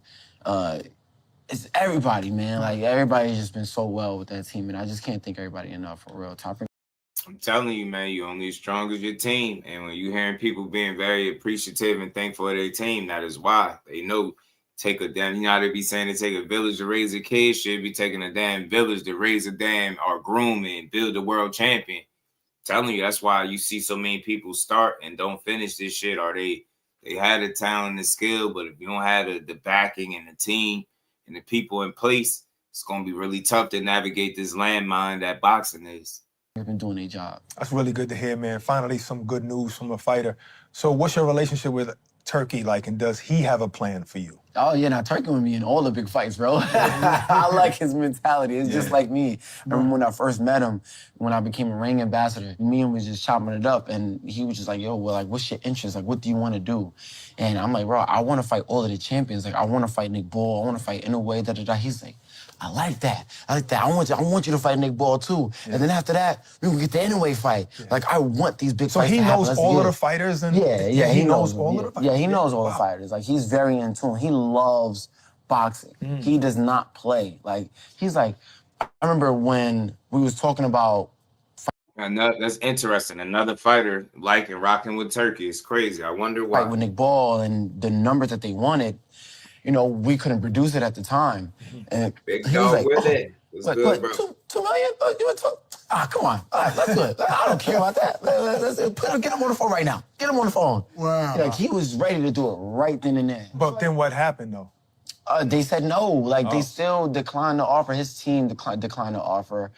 Wait, but that's what they wanted? They wanted $2 million, yes. And he offered $2 million. Yes. And Nick Ball. Nick Ball's team. I don't think Nick Ball would say no to the challenge. I'm not gonna say that to the fighter, because I really do believe, a champion like him would be willing to get in the ring with anybody. You know what I'm saying? But I think his team, they kind of moving, they moving small. I understand the business, you know what I'm saying? Trying to up that ante. They're trying to up the ante, you know what I'm saying? And I ain't have a title at the time, so if he lose a title to me, high risk, low reward, I get it. You know what I'm saying? But now it's gonna make more sense. So who's the middleman? Like, who introduced you to Turkey? My manager, Ishmael Henson. Oh, Ish. Okay, that's my guy, Ish. Yeah, he definitely helped me out when it came to that. But yeah, man, he's been the bridge between me and Turkey, and we've been having a good relationship since. Ish helped us out a lot throughout our career too with the zone. So big shout out to Ish. So it seems like he likes your style of fighting. Obviously, you confirmed that with an exclamation point on Fight Night with that knockout. Do you go into a fight wanting a knockout? Nah, I don't go into a fight. I used to, especially like I had a whole knockout streak in the Garden. Like I was like 6, 7 fights in, just knocking guys out, and I kind of kept, wanted to keep it going. But it's a double-edged sword when you think like that. Of course. You know what I'm saying? Because it's like, you get the knockout, but then you don't, and the fans are expecting that. They're like, oh, you're just writing them off. Like, bro, I think I went 2 fights, and I got decisions. Oh, he ain't got no power. He ain't got no power. What's wrong with y'all, bro?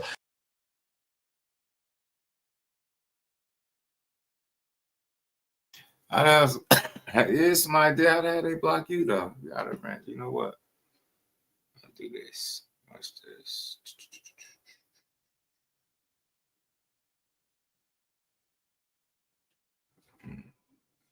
That's crazy. Shout out to Big Dog Willie. Appreciate you, my guy. I hope not. I'm about to get rid of a lot of moderators because they'll moderate the chat. So I'm about to get rid of a lot of the wrenches. People be misusing them, doing silly shit. We'll take care of that. We're gonna fix it. Shout out to my guy, man. And we ain't never got a box again. Well, I already been getting these back, but now it's time for you to get your just due.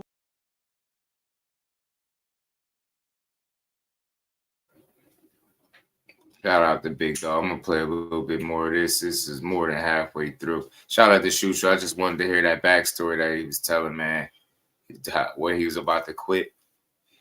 Hold on, I might have a Then I time knock a stamp. guy out. Then the next fight, I get a decision. Oh, he ain't punching like that. I'm like, bro, I just knocked so many dudes out. They Y'all did it just to Edgar forget that. Berlanga. You know, Yeah, it was great that he had all those knockouts, but then as soon as you don't get it, As soon as you don't get it, they just away. throwing you away. Like, you know what I'm saying, bro, this in this boxing, you're not gonna knock everybody out. Like, you know what I mean? Like, even Facts. Deontay Wilder couldn't knock everybody out, and he was at some point. Yes. You know? But I feel like, you know, I am a pure boxer, and I want to continue to show that. If I get the knockout, I get the knockout. But I definitely know that it's just a higher chance of me getting a knockout sometimes because I go in there like with bad intentions. Bad intentions. I go in there like really going there to really punch through a dude.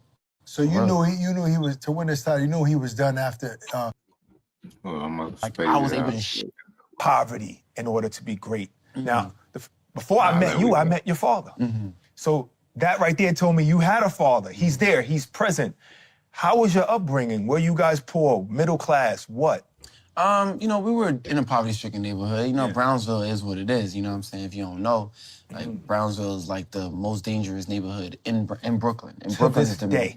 To this day, still. That in East New York. Yeah, then I word. East New York is like that too, you know what I'm saying? I feel like, you know, my parents did a great job, though, at keeping me out the streets. You know what I mean? My dad put me in boxing at the age of 7, but it's still so much that you can control when you're in an environment like that. You know what I mean? Like, I watched somebody get killed at the age of 5, first time, like, and that was traumatic, bro, right? Crazy. And I was just on the DJ, phone what with my up? cousin just yesterday talking about it when I was living with my cousin.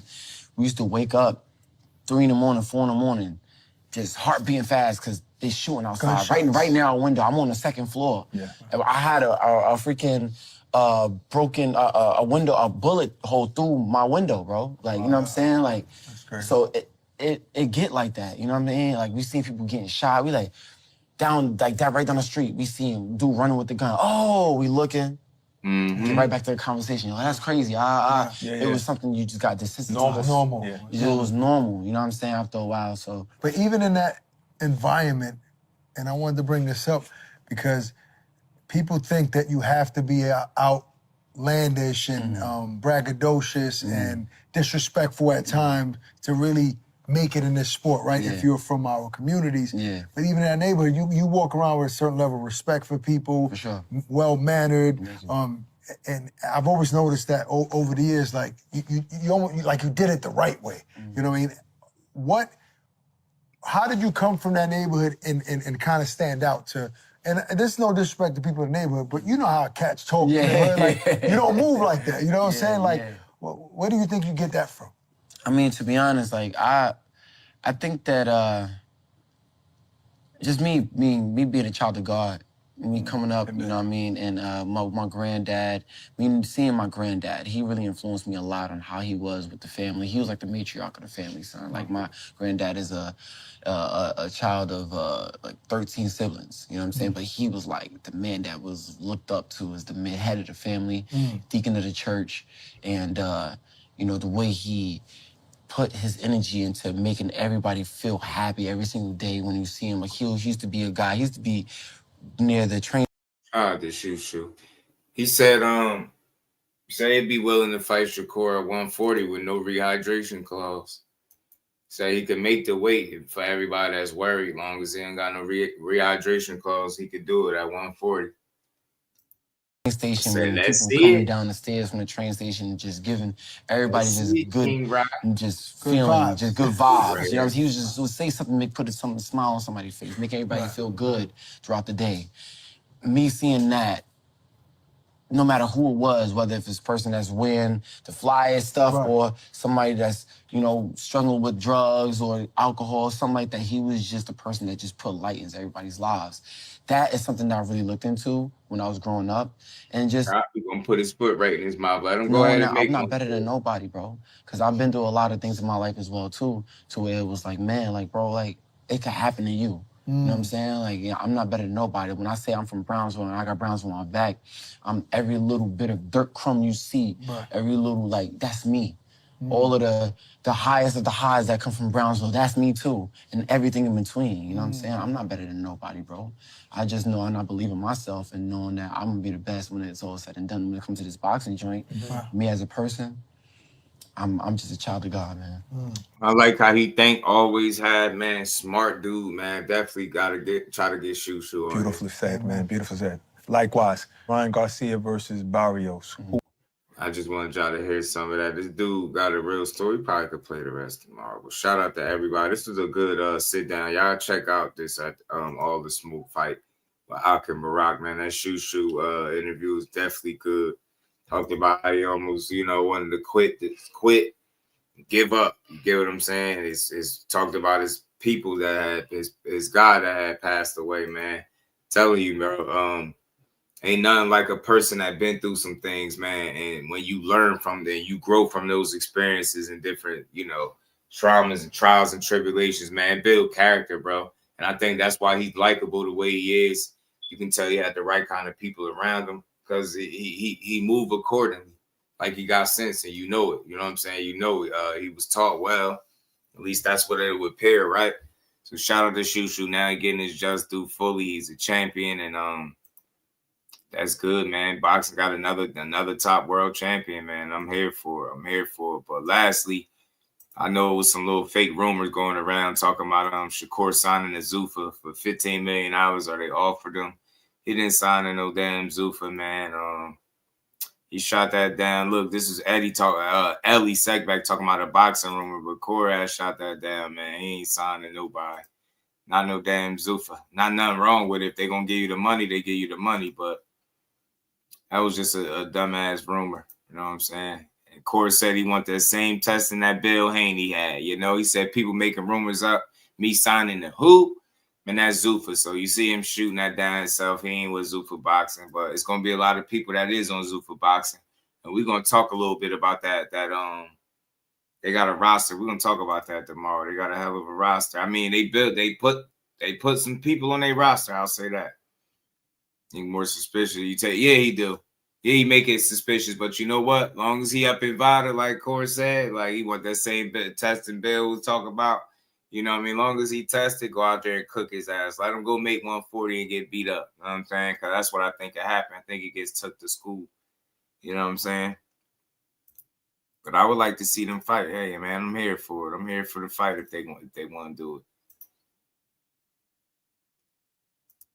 I'll get rid of this. So we'll see, man.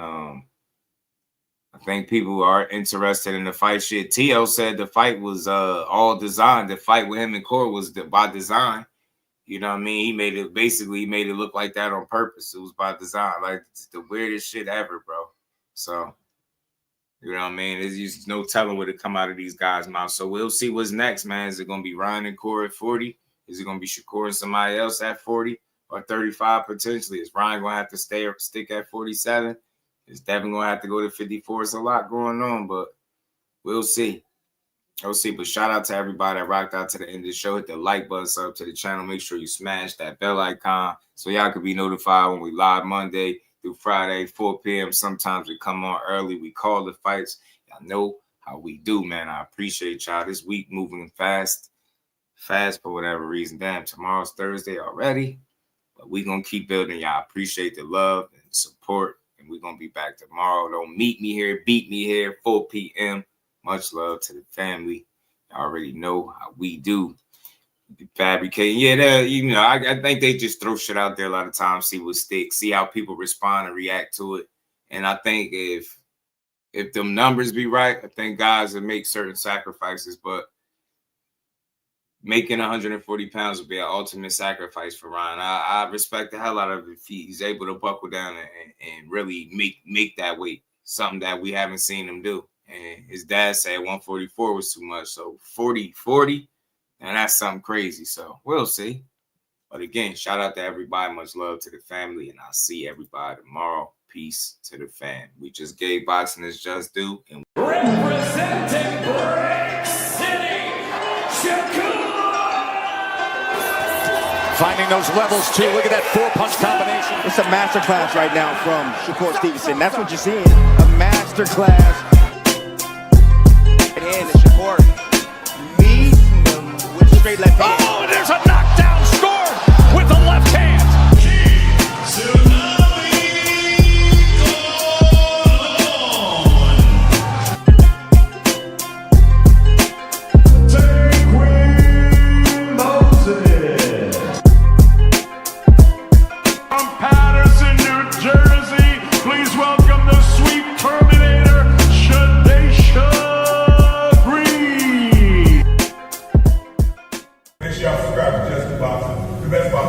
to the most unbiased channel on YouTube. Right now, we're gonna give him his just due. Shout out to my brother Just